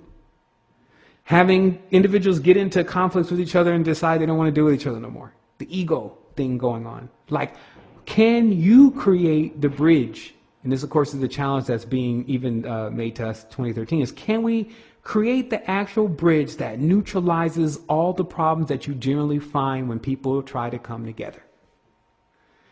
And so, hopefully I've given enough insight on multiple things, but I just thought for a minute, I just tell people like it is, like 2013, I'm just waiting for the clock to switch and this thing say 2013, because at that point, it's no longer going to be Sevan, just the instructor, telling you and showing you a very good model of how to be. It's going to be me here doing all the time what needs to be done. And if you want to get involved, then you're going to need to be doing that too. I can't get on the phone with you. I can't answer your email. I can't do any of that unless you're right there working with the group. Because other than that, I feel like personally that I can't live into my resolutions for 2013, which is that, man, we got to take this thing to an entirely different level, and for it to be done, I'm going to need to activate again. I tell people this whole thing began with my activation. Like I was already activated when I started this version of the spiritual ascent with the code of the matrix, etc. But activation is like a ramping of your energy. It's like you just get fired up, and man, if you can get the Kundalini going and it's channeled properly, you can do amazing things. And what the resistance is all the way up until this point is a testament to that. Now it feels like I've come around these cycles at least 3 times about the spiritual knowledge and these principalities and these energies and, what the controllers are doing and the Illuminatis and how to neutralize them and how to power up your body and all that. And even all of that has now become just something of the past for me, meaning that I'm always expanding. There was never going to be a point that I said that, oh, okay, that's going to be all I'm going to do with my life. And so what I want people to know in 2013 is that I have to become an inventor. I can teach you how to do it. Even as a teacher, I have to teach you something new. I have to teach you something that's going to really, really leave a legacy. Something that your kids can benefit off of, your children can benefit off of, something that you'll feel no matter what pain you experienced in your life, you'll feel that you've achieved such a great height that you don't think of that pain as anything more than just your soil that has allowed you to grow to where you need to grow. I have to find also the panacea. I know there's people that are suffering from things that no matter how well I talk and no matter how many times they cleanse, it won't go away. Meaning that some people have already damaged themselves with ether. So many people have already been through situations in the past that have left tunnels in their mind that are not accessed by them anymore, and that's leaving out a big part of who they are. And they're scared to access that. I have to find that solution if I'm ever to meet the challenges that I gave to myself. Like, that's the most important thing. Like when you make these promises to yourself and these resolutions to yourself, if you break them, it feels almost like, I think what a lot of people felt when the 2013 didn't, or the 2012 didn't really bring anything for them. Of course, the 2012 packages and shipments and cargo arrived, but were people able to really receive it? Had there been a dock built to them so that they can begin to unpack it? And I would say no. So many people got themselves caught up into Ashtar Command, got themselves caught up into the reptilians and David Icke, and those messages never transcended. Remember, they were great messages while they were going, like everything is, but they never transcended into, hey, you need to go ahead and clean yourself out. Hey, this is still all in you. All is self. Like we reach all is self in October, I think. That means that we hit the timer like you're playing chess. Ding, I'm done. I made the last move, all is self. We hit that in October, and that's why November and December were really just like coasting points for us to watch the world get over this whole, like I said, destroy themselves. And then, of course, that last video, as Dave mentioned, it was like the cherry on top. I gathered all the information. It was an immense task, but I gathered all the information, and with the help of the Astral Quest equipment, see, I'm having some connection issues, so if anyone's worried about that, we do have a recording of the show, so you're not going to miss anything. But yeah, I mean, with the Astral Quest equipment, I was able to actually summarize the entire spiritual spectrum as far as the energies, the Nephilim, the demigods, superhumans, inner core, Hyperboreans, Aryans, Nazis, and all of that, just in one wave of the wand, meaning just one wave of that Caduceus wand to heal everyone. But of course, just because you show people that, hey, man, this is a big game and it's all coming from the same source and here's all the information, doesn't mean that it's going to unseat some of the seeds that have been planted inside of them by these energies who are using an entirely different level of information and knowledge, meaning they don't speak English. What's controlling this reality is using symbols and things of that nature. So it's about us, of course, getting to the control point of understanding how that information is manifesting and how to interpret it. So I'm going to go ahead and give this time for, I'm not sure why I'm getting somewhat of a warning signal here on low internet. So if you're experiencing like some cut-ups or stuff like that, don't worry about it. We have a clear copy of the show already being made in the studio. So I'm going to go ahead and see if any of the people that have called in can not only hear me, but have any questions. And while everyone's getting prepped up to ask their question and to mute their line, I'm going to go and check to make sure that there's no open internet connections here. So just ask everyone to hold on for a quick second longer. Slice the Let me get something up so everyone can take a look at. And I'm just going to go and check the internet connection. So next year, of course, like I said, there's going to be an entire frequent asked questions for all of the stuff that that people have to ask on the spiritual path. That's another thing that I really want to get complete. If the resistance is going to run, it needs to run like a clock, in the sense that it doesn't need anyone to be there to operate it.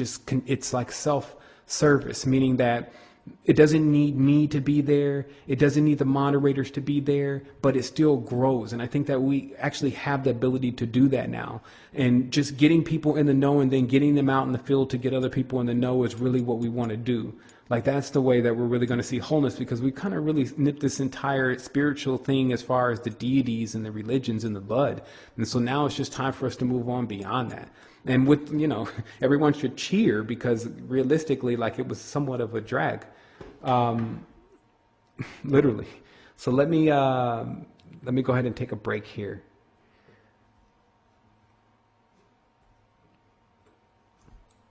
Okay, Dave, actually, let me get with Dave before. Dave, can you still hear me on this line? Okay, Dave, You're still clear. Okay, great, Keyshawn. All right, so let me, like I said, we're going to have to take a quick break for a quick second so I can go in here and see exactly what's going on with the internet. I was going to take us to a break here, but it looks like that my queue here is not lining up. Let me just put this over here. What's going to happen is that generally in the future, when I'm in the studio, right now I'm learning how to use this personally, but once I'm done learning how to use it, when I put someone on it, they'll either be here in Costa Rica or they can do it remotely. So it makes it a lot easier, because then I can focus more on the message than actually making sure that we, get the transitions properly. Let's see here. Also, I do want to let everyone know, let me just go ahead and show everyone that if you didn't see this information already, of course, we have the Anacalypsis Part 2 back up again with the audio. And the reason why I felt it was so important is because I realized that, that had to be where Jordan Maxwell got a bulk of his information from. And you'll see that here now. And I do apologize for my notifications. I thought I turned those off. But so yeah, like if you go to the Resistance website and you go actually to the post that says In the Know, Exposing the Secret Priestcraft, Volume 6, what you'll actually find is you'll be able to go in there and you'll be able to see the book that is an Anacalypsis Part 2. And now I started realizing again that Jordan Maxwell must have got a great deal of his information from the gentleman that wrote that book, if you're looking for the source of the information of the priesthood of Illes. So I basically have these two books here, which I was going to put it all in one post, which is basically the documentary December the 21st, 2012, the priesthood of Illes, and the Anacalypsis Part 2. And I believe with those three, a person should really know. So this, I'm just telling everyone, if you want to know, what tools you would need to use in order to get a person that, no matter how spiritually inclined they think they are or how much they think they know, if you want to just get them some direct information, get them these three links, because that will pretty much nip it in the bud. And they'll be like, okay, like, where do I go next? And that's, of course, why we have to metamorphosize the message here in 2012, is because now we got to take everyone to what's next. So I'm going to take a brief break, go ahead and check out the connection. And then when I come forward, we're going to go ahead and take some more callers and see what everyone has to say about what they've been experiencing with the resistance this year.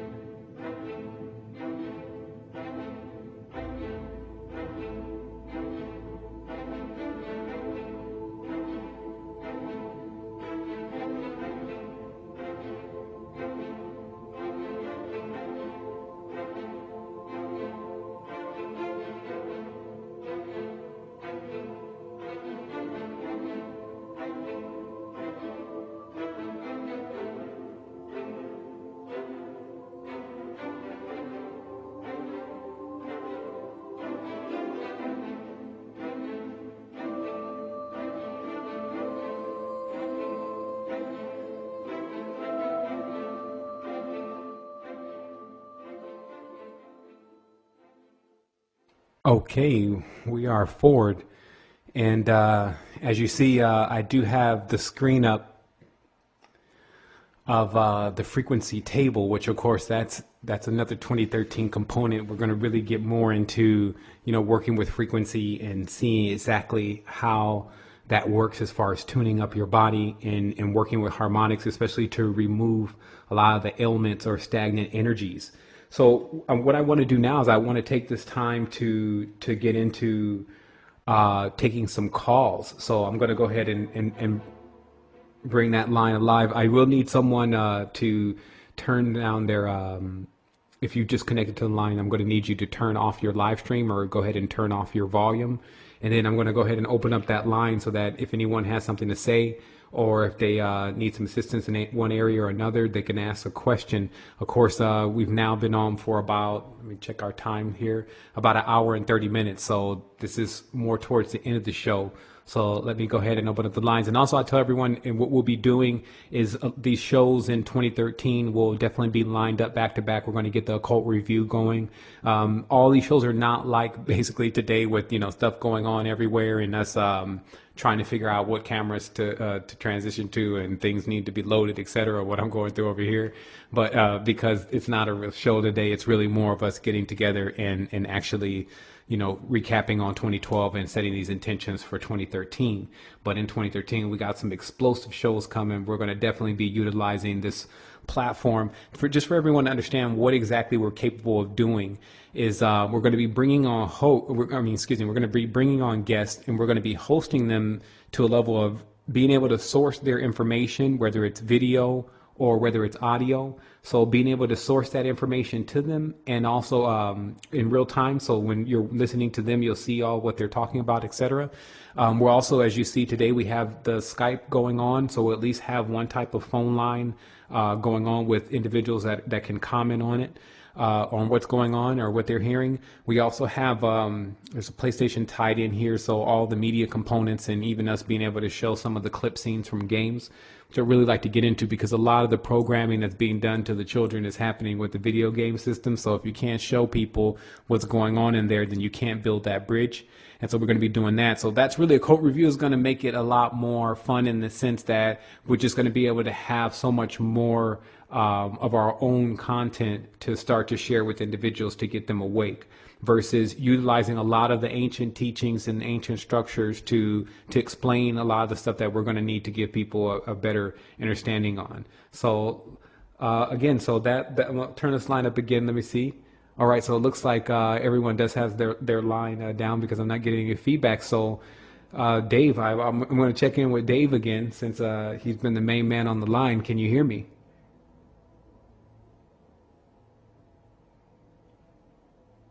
Okay, let me see briefly. Dave, okay, I'm sorry about that, Dave. So you should be able to hear me now, Dave. Can you hear us?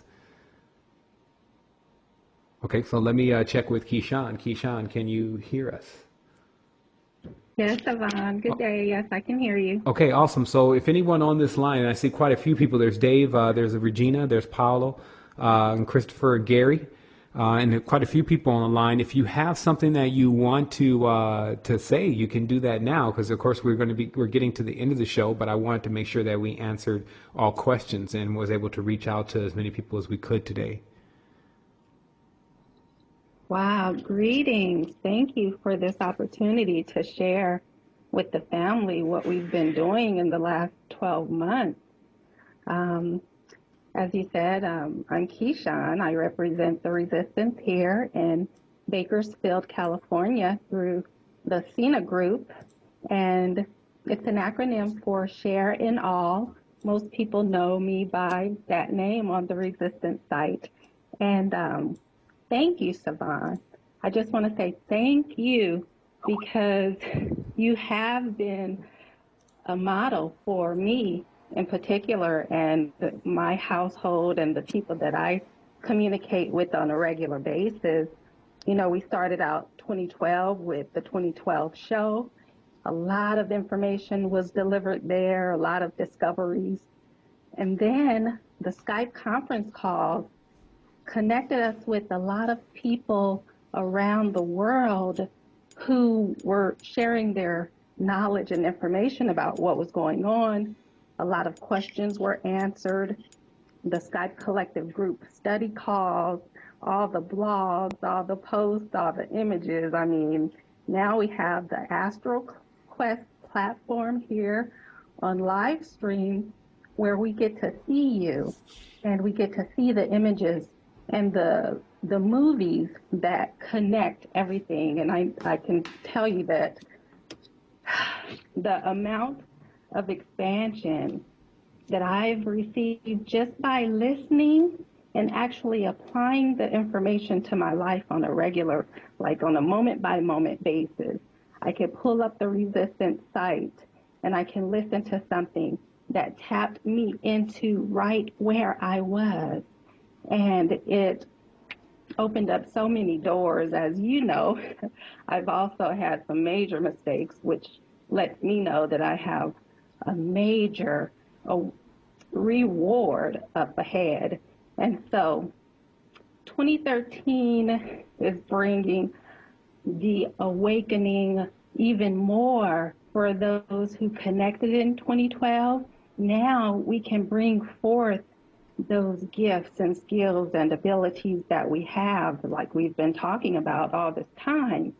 And I just want you to know that as a representative, it is my goal to continue sharing the truth with humanity because there's still a lot more work to do.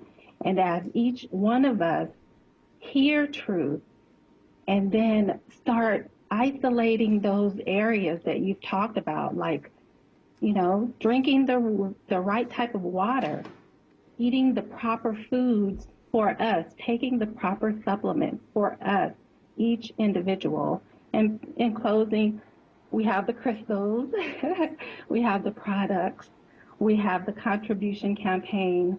So moving forward in 2013 with the initiatives that you've laid out for the Resistance and the members, I see nothing but expansion for all of us and connecting around the world and continuing to assist this planet with catapulting through the universe and the universe and learning everything that we need to know so that we can,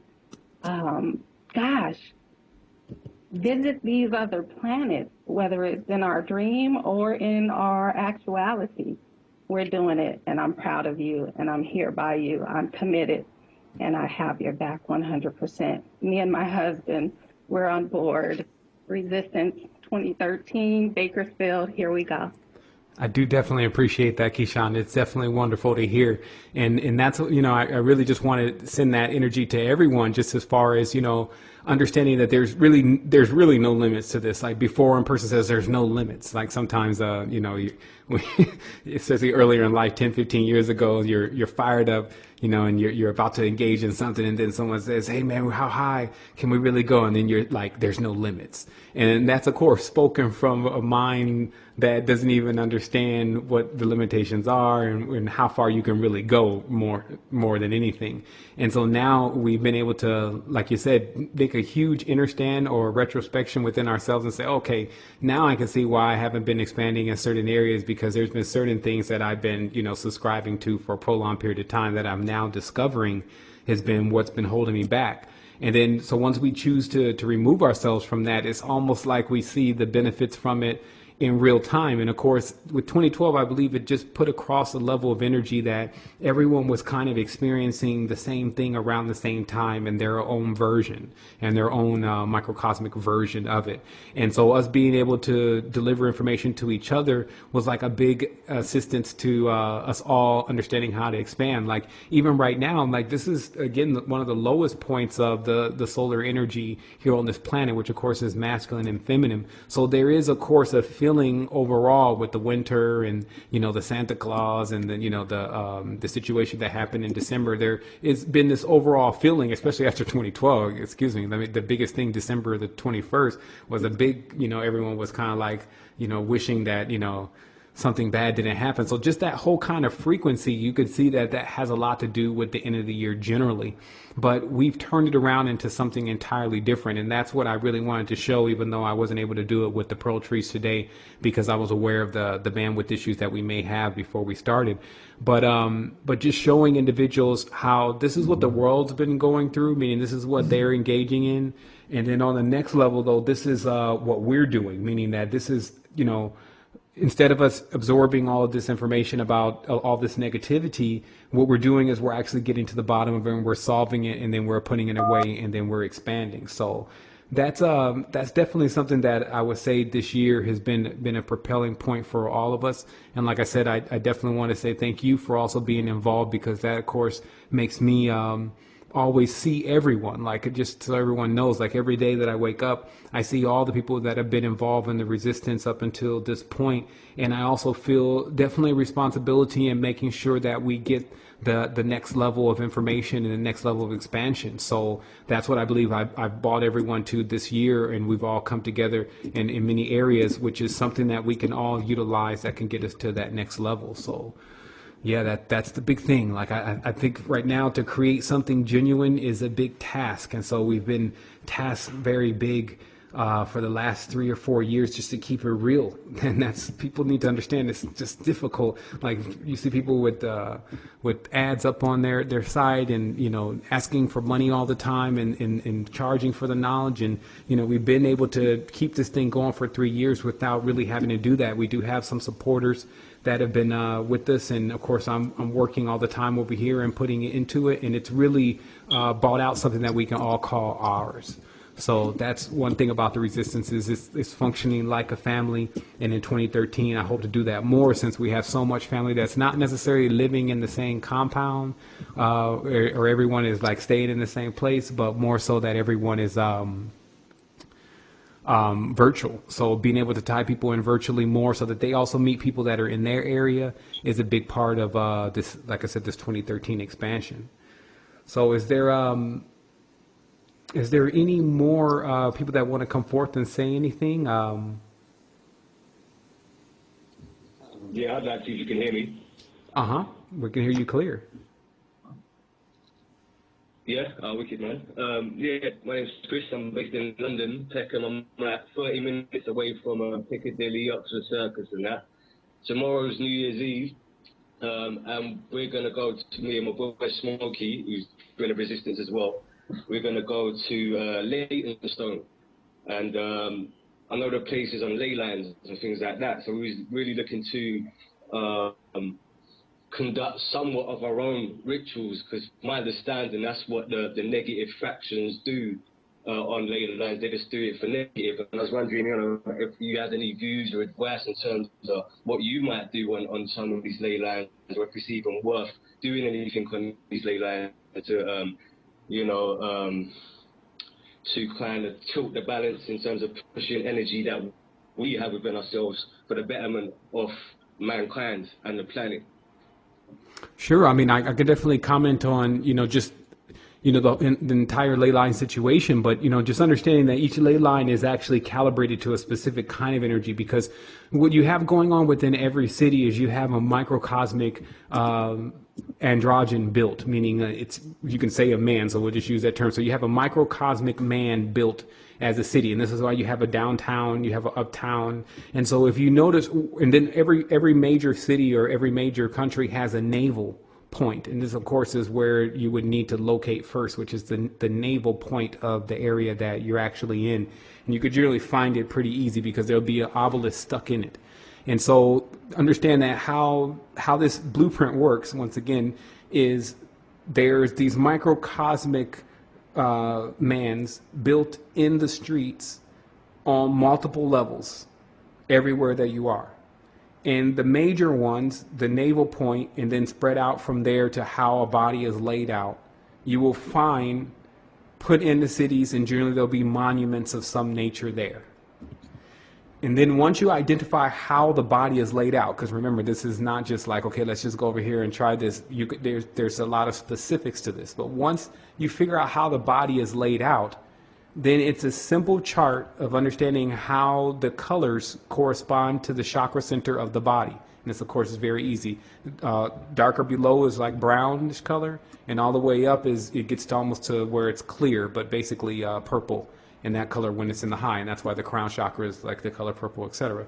So then what is done is, because remember, in order to engage in energy transfer, you can't engage in conflict. The two really don't come in together. So what your real intentions are, and anytime I send intentions, I sent an email to someone about this. They posted on the resistance and they shared the information. But what I do is I just focus on energy. I don't really focus on subjects and people and places, because energy can be converted into anything.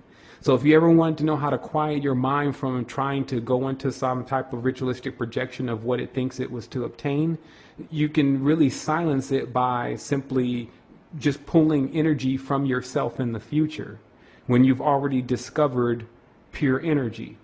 Because basically, if you're already in the state of mind where you understand energy principles, this means eventually somewhere in your timeline soon, you would tap into pure energy, like an unlimited source of energy that's not pulling from anything. It's not a world of consumption. So when you get there, then of course there's no hindrances in your energy. So since you're already headed in that direction, which most people that are dealing with balance and harmony and positive things they're tired of the craziness and the negative things that are going on, the illusion. Then now you know that there's some point in this quote unquote timeline where you would come into the knowledge of pure energy. So you just access that point. Now, to store energy, because this is what, with everything, there's stored energy in your refrigerator. So if people think storing energy is about magic, there's stored energy within a pear. There's stored energy within, a piece of cheese. It's just about how much energy is in there.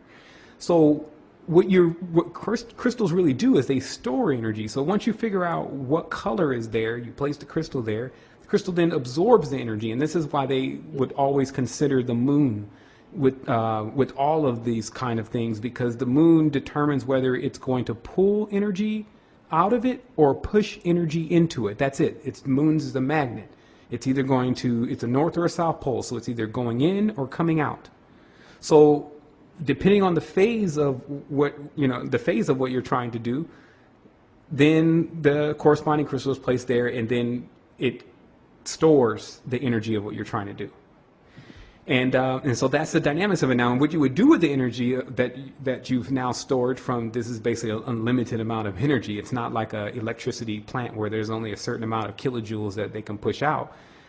Then you can take it back to the house, and now you have this energy, and you can put it on the chakra. It will buffer the chakra.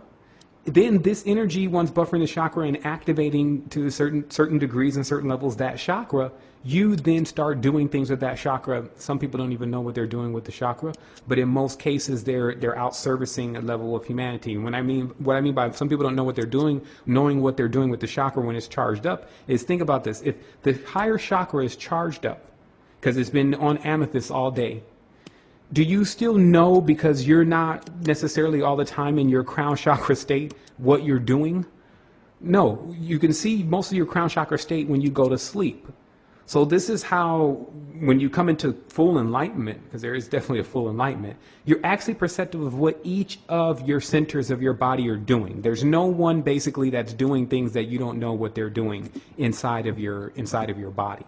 And like I said, a big key to this, which I mentioned earlier, is to understand the inclination, meaning that inside you'll know your degree of spirit, how much spirit you've actually obtained if you aspire all the time for higher things, versus there's always an aspiration for either lower things, meaning spirituality is now converted into materialism.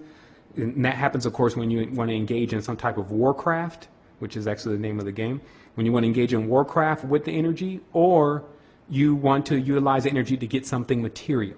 And that's why I was saying, deal with the energy. The top of all this is still energy. So if you go and access that, you can keep your mind from being tainted by a lot of what's built into the language. Because, of course, when a person actually says something and they have it as an intention, what they're actually saying, Even if you say, God, help me, you're actually saying, dog, help me, because the dog is Anubis. Like, it's already proven. There's enough posts on the resistance to show that the God is really a dog. And, you know, that there's a whole underworld thing going on with the cherubim and et cetera, et cetera. So what I'm saying is, if you're saying something with your mouth and you're speaking English in your mind, you need to know what you're saying. So to avoid all of that, don't say anything.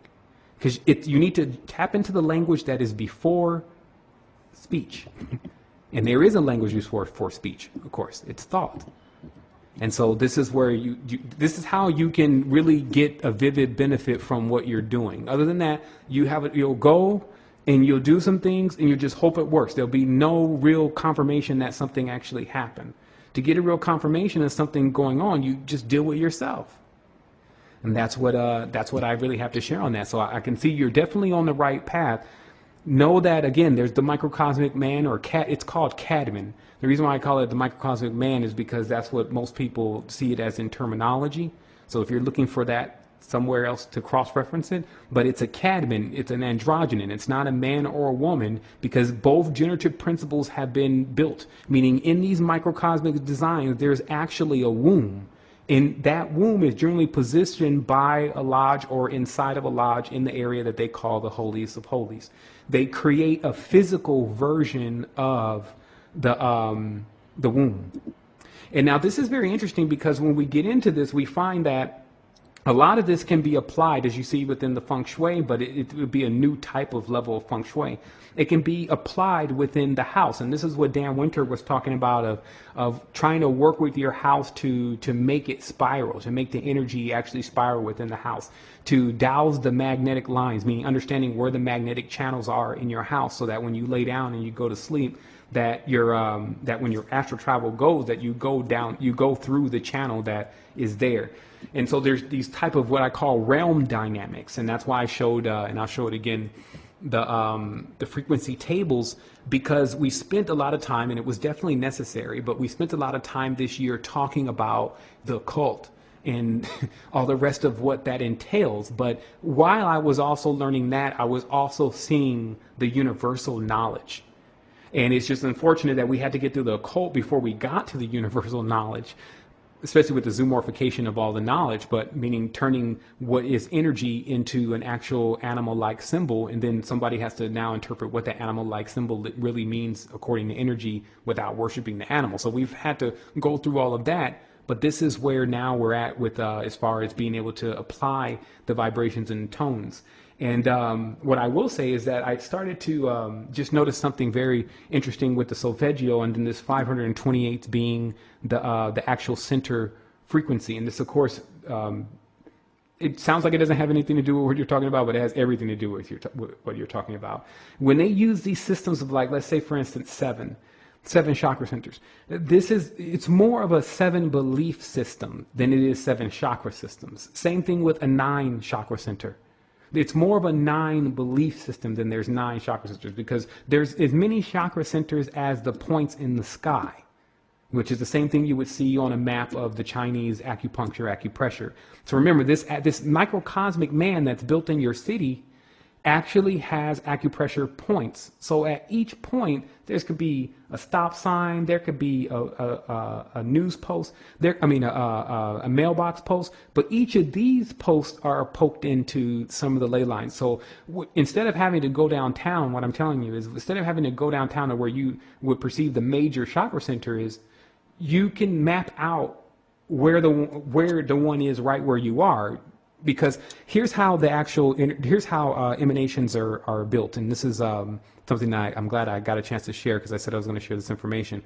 But there is a scale of man and woman from the most intelligent. We'll use that word. It has nothing to do with book smarts, but the most intelligent to the most ignorant, meaning that the most subtle to the most subtle and able to be able conductive to energy to the most dense. Okay, then where that ends off, they say there the elephant or the whale picks up. And the elephant and the whale are the top of their system. And then you get all the way down, they say, to the most vilest serpent. And then that stops. Then the most intelligent insect begins.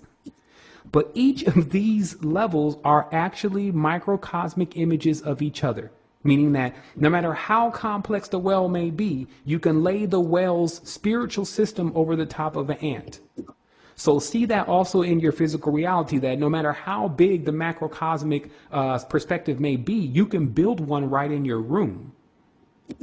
And it's just, again, about understanding these frequencies and dynamics, which, of course, we don't have time to get into deep today. But we've covered a great part of this year. But, of course, next year we're going to be getting into a lot more specifics in what I call geoenergetics, which is basically how the world's energy lines up to our energy. So I will tell you, before going down and spending time on a corrupt ley line, figure out exactly how to rechannel the energy through a prism, meaning that there's work, as they call it, great work already been worked there. So to understand completely what is there is like understanding going into a mall.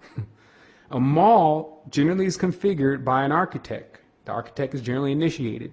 The mall is built to pull energy, and you feel like that when you leave the mall. Even the lights will make you feel like that. The whole thing is an energy draining experience. So this is what ley lines are generally configured as. So spending an hour on New Year's Day on let me change up cameras here, but spending an hour on New Year's Day or hours on New Year's Day on a ley line that's not even charged is not really what you want for your New Year's.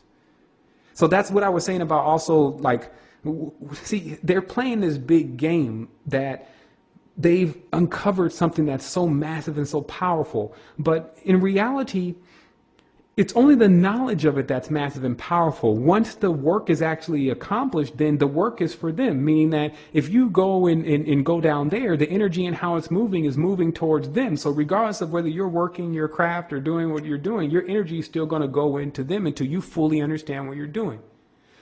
Now, on the realm dynamics tells you that in order to restore that ley line, you have to pull out the plug that's in it.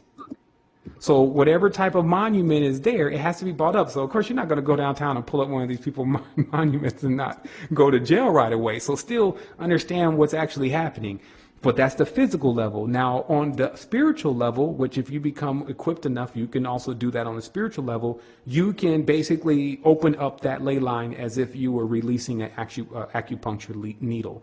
And that's the level that you need to work on. So do you see how, like I was explaining in the other earlier in this conversation, that when you go on the physical, dealing with these pentagram people, you could run into some trouble. You need to work on a level that already supersedes theirs, which is the spiritual level. That's why the 6, or that 6-pointed star, exercises dominance over the 5. But this can be seen in physics because light and energy exercise dominance over flesh. That's actually what flesh is made out of. So instead of using basically the substance itself, use what the substance is made out of. And then you don't get yourself into so many what appear to be physical problems. You see what I mean? Like when you deal on a physical level, then it's very easy for you to already start seeing the results of whatever it is, whether it be something good or negative for you. But in this case, it would be negative because you're working on a physical level into something that you would need to understand more of the realm dynamics to really be able to go at. But I gave you enough today really for you to also come to your own conclusions. Just know that this thing is really expansive. It really requires us to get into it like we know that it's real. That's the only way also that real power is achieved, is when it's something very serious to you. And the only way it becomes serious is when you understand it to the degree where you know it's the truth. Because still, until someone sees sometimes some large green portal open up and somebody walk out, or, you know, something happen around that area, they don't believe that any of these areas where obelisks and monuments and temples are configured, that there's anything going on, because it remains dead to their eyes. But of course, if you, let's say, get on dimethanol or dimethyltryptamine, and then you look at the pyramids, you'll probably see all of what is going on in the non-linear space. So I'm just saying, like, understand that these people are not like playing a game with their microcosmic, macrocosmic atom cabinets that they're building everywhere, and they're configured in an inverted position to pull energy. If you happen to be in one and it's your Happy New Year, it may not feel so happy to you because you just stood into something that was basically pulling energy. But still, next year, it's not like it wouldn't be just like you left them on and then your energy charged back up, because that's what humans are like solar panels. Now notice this. This is the big point too. Notice how even eggs, and this is something that people need to think about, eggs wait for a certain level of how the sun comes out before they can grow. So if the sun doesn't come out, the egg's not going to hatch. And this is why how the ancient people figured out that there was some huge connection with something that the sun was sending out that was actually making things grow. Just like when you see a flower, even these beings on another, what we would call a lower consciousness, even a sunflower and many flowers point towards the sun because they, like panels, they need to soak up that energy, right? Okay, so are humans doing it? Of course. We soak up the energy. So this is how we are. It's like rechargeable batteries. Step on one of these ley lines, we get drained. We'll be off the ley line for about 24 hours. We'll charge back up again. Go back to the ley line, get drained again until you get a dead cell. Now, what are dead cells? Cancer. This is when the body and the cells are actually dead. So you see, because these worlds intertwine so closely, whether it's electronics, because they built it on this 4 megabytes, 8 megabytes, 16 megabytes. Okay, this is 16 megabytes or 64 megabytes. That's I Ching. It shows you that the same number sequences is the same ones as this spiritual knowledge, except the spiritual knowledge is cloaked in secrecy. What is a cloak of secrecy? Like a ghost-like cloak. So what are they really saying? They're saying the real high knowledge is cloaked in you thinking that it's about ghosts and phantoms and demons and spirits. When really all of those are just synonymous with frequencies and wavelengths, because before you ever get a chance to really understand how to handle any of that stuff, you would have to be thinking on a level of frequency and wavelengths, because there's just entirely too many things on the spectrum for you to categorize it a different way. Listen to what I'm saying. Notice how many different kind of creations are here. So if you got into wanting to figure out the differences between each and every creation, it's like slivers on a frequency range. So if you go and just study how things change over frequency ranges, you'd be a lot better off than trying to get into a personal relationship with every single range of the frequency. So these are ways where we stop utilizing a lot of our energy to keep investigating basically something that is very simple to understand. They want to make it more. Like that's, of course, the new push here on their end, because, of course, it's spy versus spy, meaning the ones who know what's right versus the ones who are trying to do wrong are at odds with each other at this point. And they know how to make it appear as if they have something. But really, it's the old game, meaning that all this, what Masonry has done now, what secret societies have done now, what they've been thought of being because people think of Illuminati this and they've done this and they've done that. So all of the elevation that they've been given can make people think now that they have such a grand advantage, but their grand advantage is they just understand energy. And so let us start understanding it too. So I would just incite you, instead of wasting your time and going down there on the energy portal, power up enough to be able to pull the plug out on the astral plane. If not, figure out how to configure the microcosmic man in your own room, and then go ahead and charge up your crystals in the areas that they need to be charged up, and then interface with them. It's very vivid. When the crystals are placed on the proper chakra and you use the breathing, which is whole body breathing, remember the crystal is in the same condition almost as you. Don't think that this is a vampiric situation. The crystal is not going to do anything if you don't have prana. Prana is the battery supply for crystals.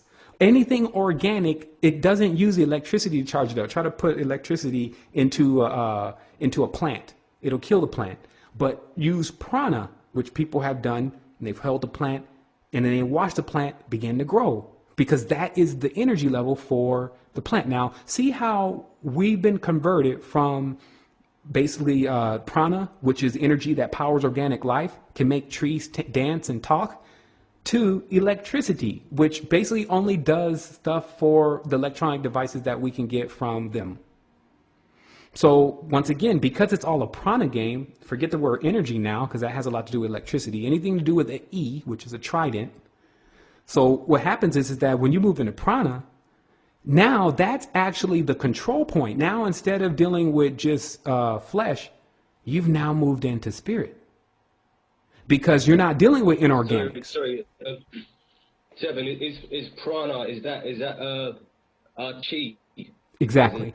The prana, the chi, the kundalini, vril, Odinic force, thunder, That's why they said the God was a thunderer. It's because when this energy starts to build up, it's very kinetic, and it just basically depends on how large the individual spiritual field is and how much energy they can hold to the potential of what it was capable of doing. Now, this is why all of the gods, all of them, there's not one that doesn't have some type of item in their hand.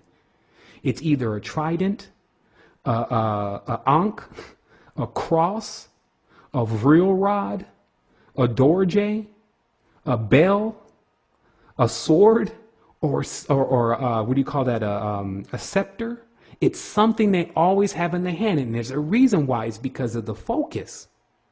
The focus. Notice on the end of the scepter, generally there's some type of configuration, and this is what I've already cracked into this, so this is not something I'm speculating. On the end of a dorje rod, there's generally 4 points with one particular sect. On another set, there's 8 points.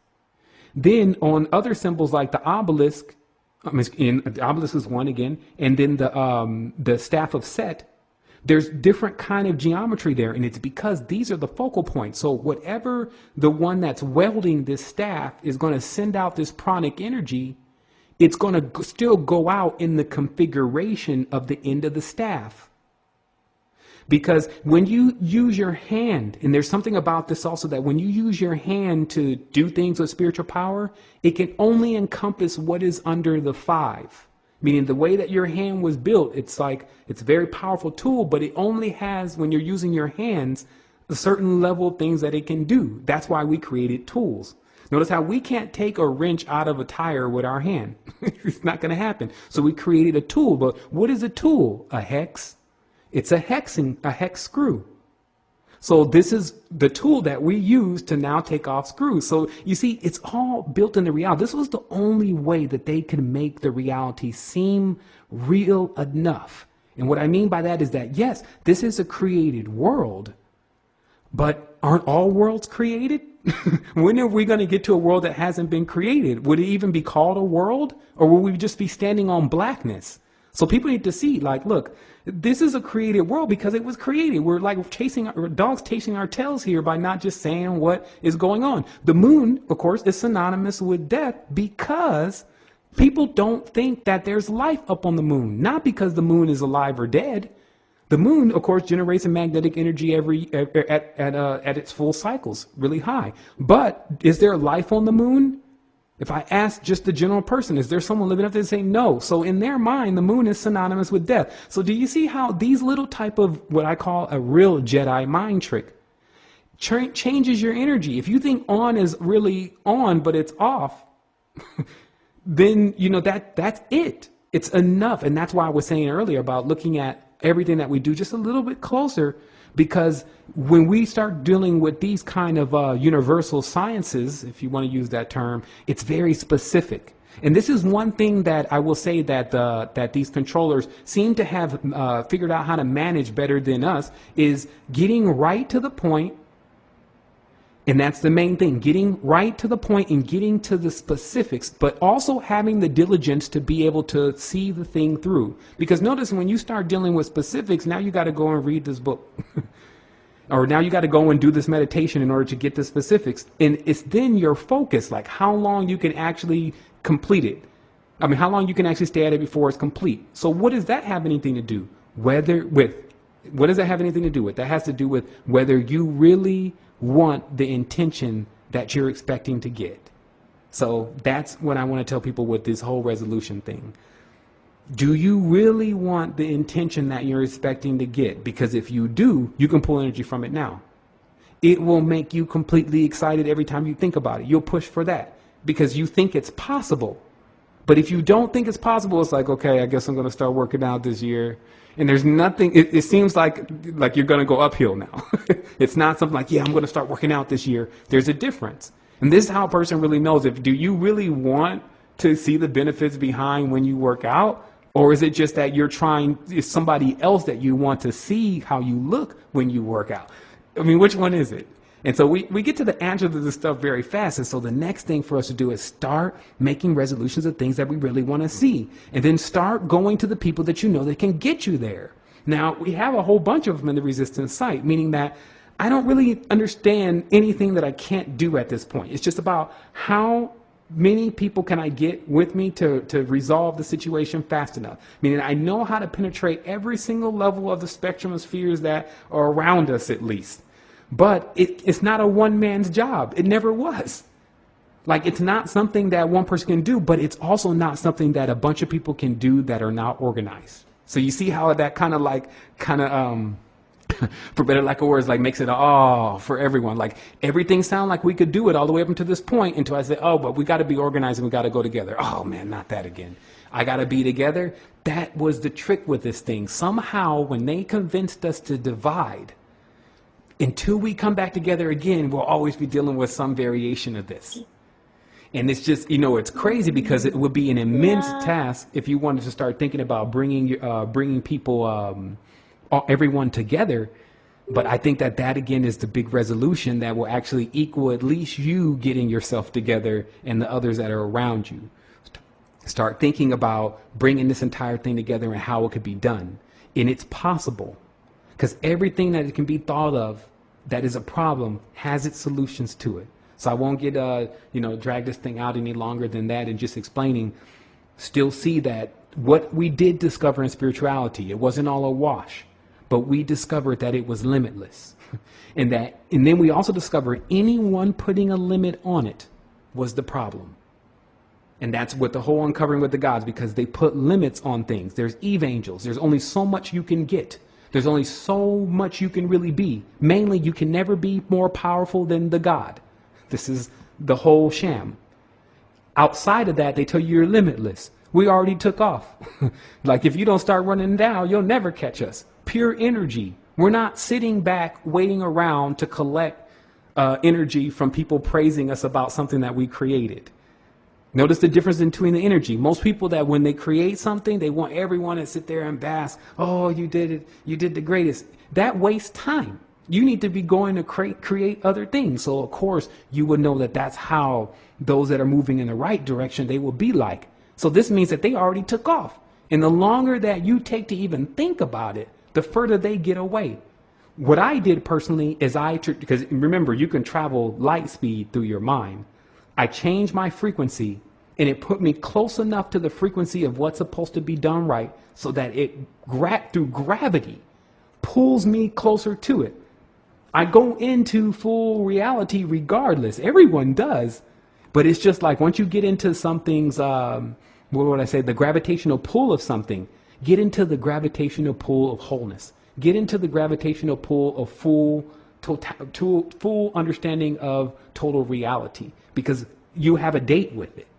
And this is one thing that I've seen. That's what I can tell everyone in this 2013 that still puts a smile on my face, still makes me an optimist, is that I know that everyone has a date with the totality of themselves. I just, like I said, we work all the time and try to help people get to that date a little bit faster than some other projections that they have. So at this point, is there any more questions? Okay, well, actually, excuse me, I have to turn that up. Again, let me, is there any more questions? I've got one more, then, if no one is going to ask a question. It's more about, I'm coming off meat, but I do like my eggs. And I remember hearing before you said about not eating the yolk. Is that because that is, I don't know, what is the yolk part? Yeah, the yolk part is actually the actual the flesh itself. It just is not in the developed phase. And then notice how the beginning, if you want to get an eye at the ancestors, they are not in flesh. They're actually like a liquid, and they're in the generative principles. So yeah, everything begins when it comes in, after it comes into from the light and from the energy into that liquid form, which you see as the yolk. And then of course the part that's around the yolk is only the protein and the nutrients, and that's why that part is 100% assimilable for the body. Yeah. Oh, all right. Yeah, that's great. Well, as long as I can eat the white bit, I'm all good, man. Oh man, no doubt. I appreciate you calling in from out there, man. It's it's that time. We're all definitely expanding, asking good questions that get people in the know. This is the other thing. I'll tell people why that me and these radio shows are we're going to be going into another direction, because realistically, like, I can talk about some stuff for hours. Like I think I could even do it like 24, maybe 30 something hours straight. And but what happens is everyone's sitting back listening, and then I'm also my time is taken with me just talking. I just think I could be so much more valuable. So really what I want to do is I want to get us all to a level where when we're talking about something, we have something we can take from that conversation and help other people with it, and it'll be entertaining enough. That's the other thing. Like we could take this conversation right now, and of course I sourced a little bit of pictures, and now of course I was having some technical issues over here, so I was only able to get a certain amount of it really matched up to images and things. And so what happens is, and for anyone who's got their line open, if you could hit mute, that would be great. But for anyone that's actually looking at the program, let's say it gets uploaded to YouTube, they're going to take a look at the first 10 minutes and they're going to be like, okay, let me go on to the next thing. And your bridge is collapsed. So what has to happen is you have to be able to take all of what you've learned now with the music and with the art and with the HD and with, you know, the prana and all of this stuff. And you got to be able to put it all in one package and then deliver it, because that's what'll actually catalyze the individual. That will give them the energy necessary over this kind of carrier, which is still electronic. Like all this message that we're delivering to people is over an electronic carrier. So it means you have to really, really be into it for a person to feel what you're saying, or feel what you're about. You know what I mean? Like somebody says, I feel you, but you're feeling me over an electronic device. How does that work? And I guess that's when people start realizing why they're putting electronics more on people's voice with the music. And that's a sidebar here, but have you noticed in 2012 how most people sing with the electronic now? And it's because there's a love for electronic, and they want to bring that love out more for people with the electronics, because it gets people more into loving an organic life. So, you know, eventually till they can feed people in organics, if they're allowed to keep going with this. And that's why 2012 is the end of it. Like you can see where they're already going to go with it. They're very non-creative, very conforming to the repetitious reptilian nature. And so this just means the end of that. And I think that you could be that end for them. Meaning that I think the term is ender. Like, so the ender shows up to them and their game is over. And then the new thing, which is not even a game, it's actuality, begins. And that is happening now. Like, I've got stuff, like I said, if I have to take some time away from this for a moment, just to make sure that when I come out here in 2013, that I'm coming out hard. Like I said, I got the team together. I got David, I got Sun, of course, got Luis, I got Keyshawn. I got all these different individuals. There's 7,000 people in the resistance. If we cannot do something for this world by next year, we need to go into something else anyway. So this is what I think people should look back on in 2013. They look at this 2012 message and say, okay, well, did the resistance deliver what they were talking about on that conversation in 2012? And you'll find out that we deliver more, because the projections are so high. This next year, I really do have some high projections for us to not only just deliver message to people who haven't discovered the message yet, but also to create things that allow people to vividly feel the truth here. And that's really what needs to happen too. We don't always have to use this writing. These are very base tools, writing and talking. It's like a caveman. You have to create and mold and fashion something with your hands. Develop the vibration rod again. You have to do something of that nature. Figure out how, look at these tuning forks. Like, if a tuning fork, let's take it for instance, a tuning fork. And this is a very interesting thing to me. That's why I always keep them around. But if this tuning fork can make all this noise, and it continuously can make this noise, this means it can continuously vibrate, because there's something about this particular shape. So if a larger one of these can be made, and that the tip of it, like what you see with some of the bigger tuning forks, if the tip of it can be pressed down into someone's physical body, and then transfer that vibration, which is what these larger tuning forks do, but very weakly though, but transfer that vibration into the person, then that vibration, when applied long enough, should be able to allow an oscillation to take place for a person to begin to activate their system. They would only need to do it on their base chakra. So you see, I know that we're living in a world that they would have never created, nothing like that. But I also know that we're living in a time now where we're able to create, and the only thing that's been done to our mind now is we're being convinced not to. I mean, that people are being convinced. Well, I don't know if you're familiar with this, but I remember listening to David Wilcock, and he said something about, I mean, it was a state in America, I believe, there was 7,000 people got together and they just meditated on peace, and apparently the crime rate went down maybe, you know, to 70% or something like that. Don't quote me on the figures, but you know, so that again, that really just kind of is the proof of what you're saying there as well. I like the idea of being able to like win the battle from the comfort of my own living room, if you like, without having to go down there and play their game. Yeah. for sure. I mean, I even like the way that it looks. Like, I much rather build something that is at my scale to deal with the situation that I'm dealing with, rather than going to it and trying to approach it. Because also everyone needs to see the other big key here is that, remember, magnets attract. The other energy repels. So what happens with that repelling energy is it takes you a lot more energy. Have you ever seen how much energy it takes when you go and chase something or have to go get something? Now, how much energy does it take when it's brought to you? This is the difference between how you're spinning with your aura. With your aura, if it's spinning in the proper direction and it's balanced properly, it pulls in everything that you need. You don't really have to, quote unquote, go anywhere. And I don't mean physically. I just mean you don't have to chase it. It seems to be there right when you need it. Versus the opposite direction, it's like you're trying to chase money, you're trying to chase your soulmate, you're trying to chase all these different things and emancipation, and it just seems to keep tiring you out every day. And this is again how when you go internal, it's like, okay, I see the game. And they're like, uh-oh, he's going internal. Like, and then they're like, run, because he's going to end up pulling us all in, meaning that now he's going to figure out everything that we're about, meaning all those external forces, when you go internal, they get vacuumed up. Now, notice how this works. Just take the visualization.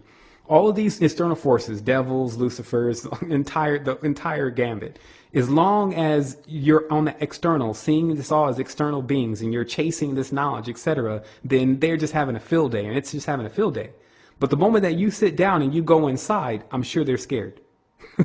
Because they're scared of being discovered. It's not they're scared that you're going to beat them, and scared to beat them is just to discover them. Do you see how it's like a different type of war? It's not about bullets and bombs. They created bullets and bombs. It's about full realization and enlightenment of the mind that all is self. They can't create those kind of things. You see what I mean? They can't create it at least for you. And that's this other exclusive thing about making sure that you stay fed in 2013, because there's certain things that this illusionary or inorganic reality could never create for you anyway. So you're going to have to learn how to get it and generate it for yourself. This, of course, is something that we need to first learn how to do with each other, and then, learn how to do with ourselves, and then it actually starts to cycle between each other. And this means I'm talking about motivation.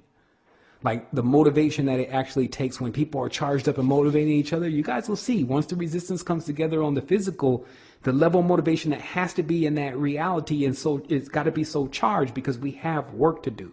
It won't be about sitting around and saying, hey, you know, what we're going to do today. There'll be a structure there of what we're supposed to be doing. And you know, there's a chain of command in essence, so that nobody just thinks that they're going to freelance or live like, you know, and say what they want to do and do what they want to do and just hold up everybody's progress. This is actually objective driven. So that's what I'm saying. Like, if we put these intentions together and then we start to have everyone on the one accord to what we want to receive from that. And then and then the projection of what we're going to receive matches what people really feel that they will be enough for them. Then that's when you got a real click and connection. And to me, there's nothing greater than creating platforms to where people can be themselves. And so if everyone wants to know, how am I going to do that? I've already done it. It's creating a platform where a person can be themselves, and then allowing them to explore more of who they really are, and then being able to source that and connect it with people who are just like them, just to get them to see that sometimes with these languages and these different governments and all these different things, it may appear that we're all different, but in reality, we want the same things, and that's what makes us the same frequency. Notice what I said. It's what we all want that makes us the same frequency. Because that's where we're actually at. And that's what people need to see. When your mind starts to connect with the wholeness, and that obviously, unless everyone comes together, then there'll always be some kind of limitation. Then you start to live in the wholeness. And then you start to discover the other ones that are already there. And you have direct access to the energy and also the information that passes through into that arena of the wholeness.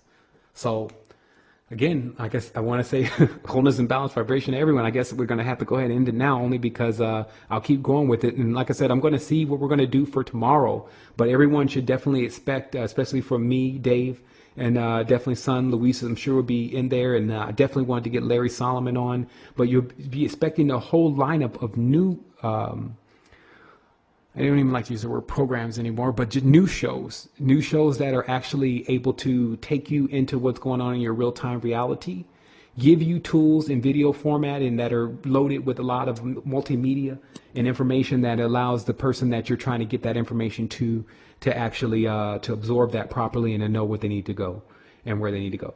So I am going to go ahead and instead of tapping back into the Skype line, just let everyone know, just thank you so much for calling in and expressing how you feel about the resistance this year.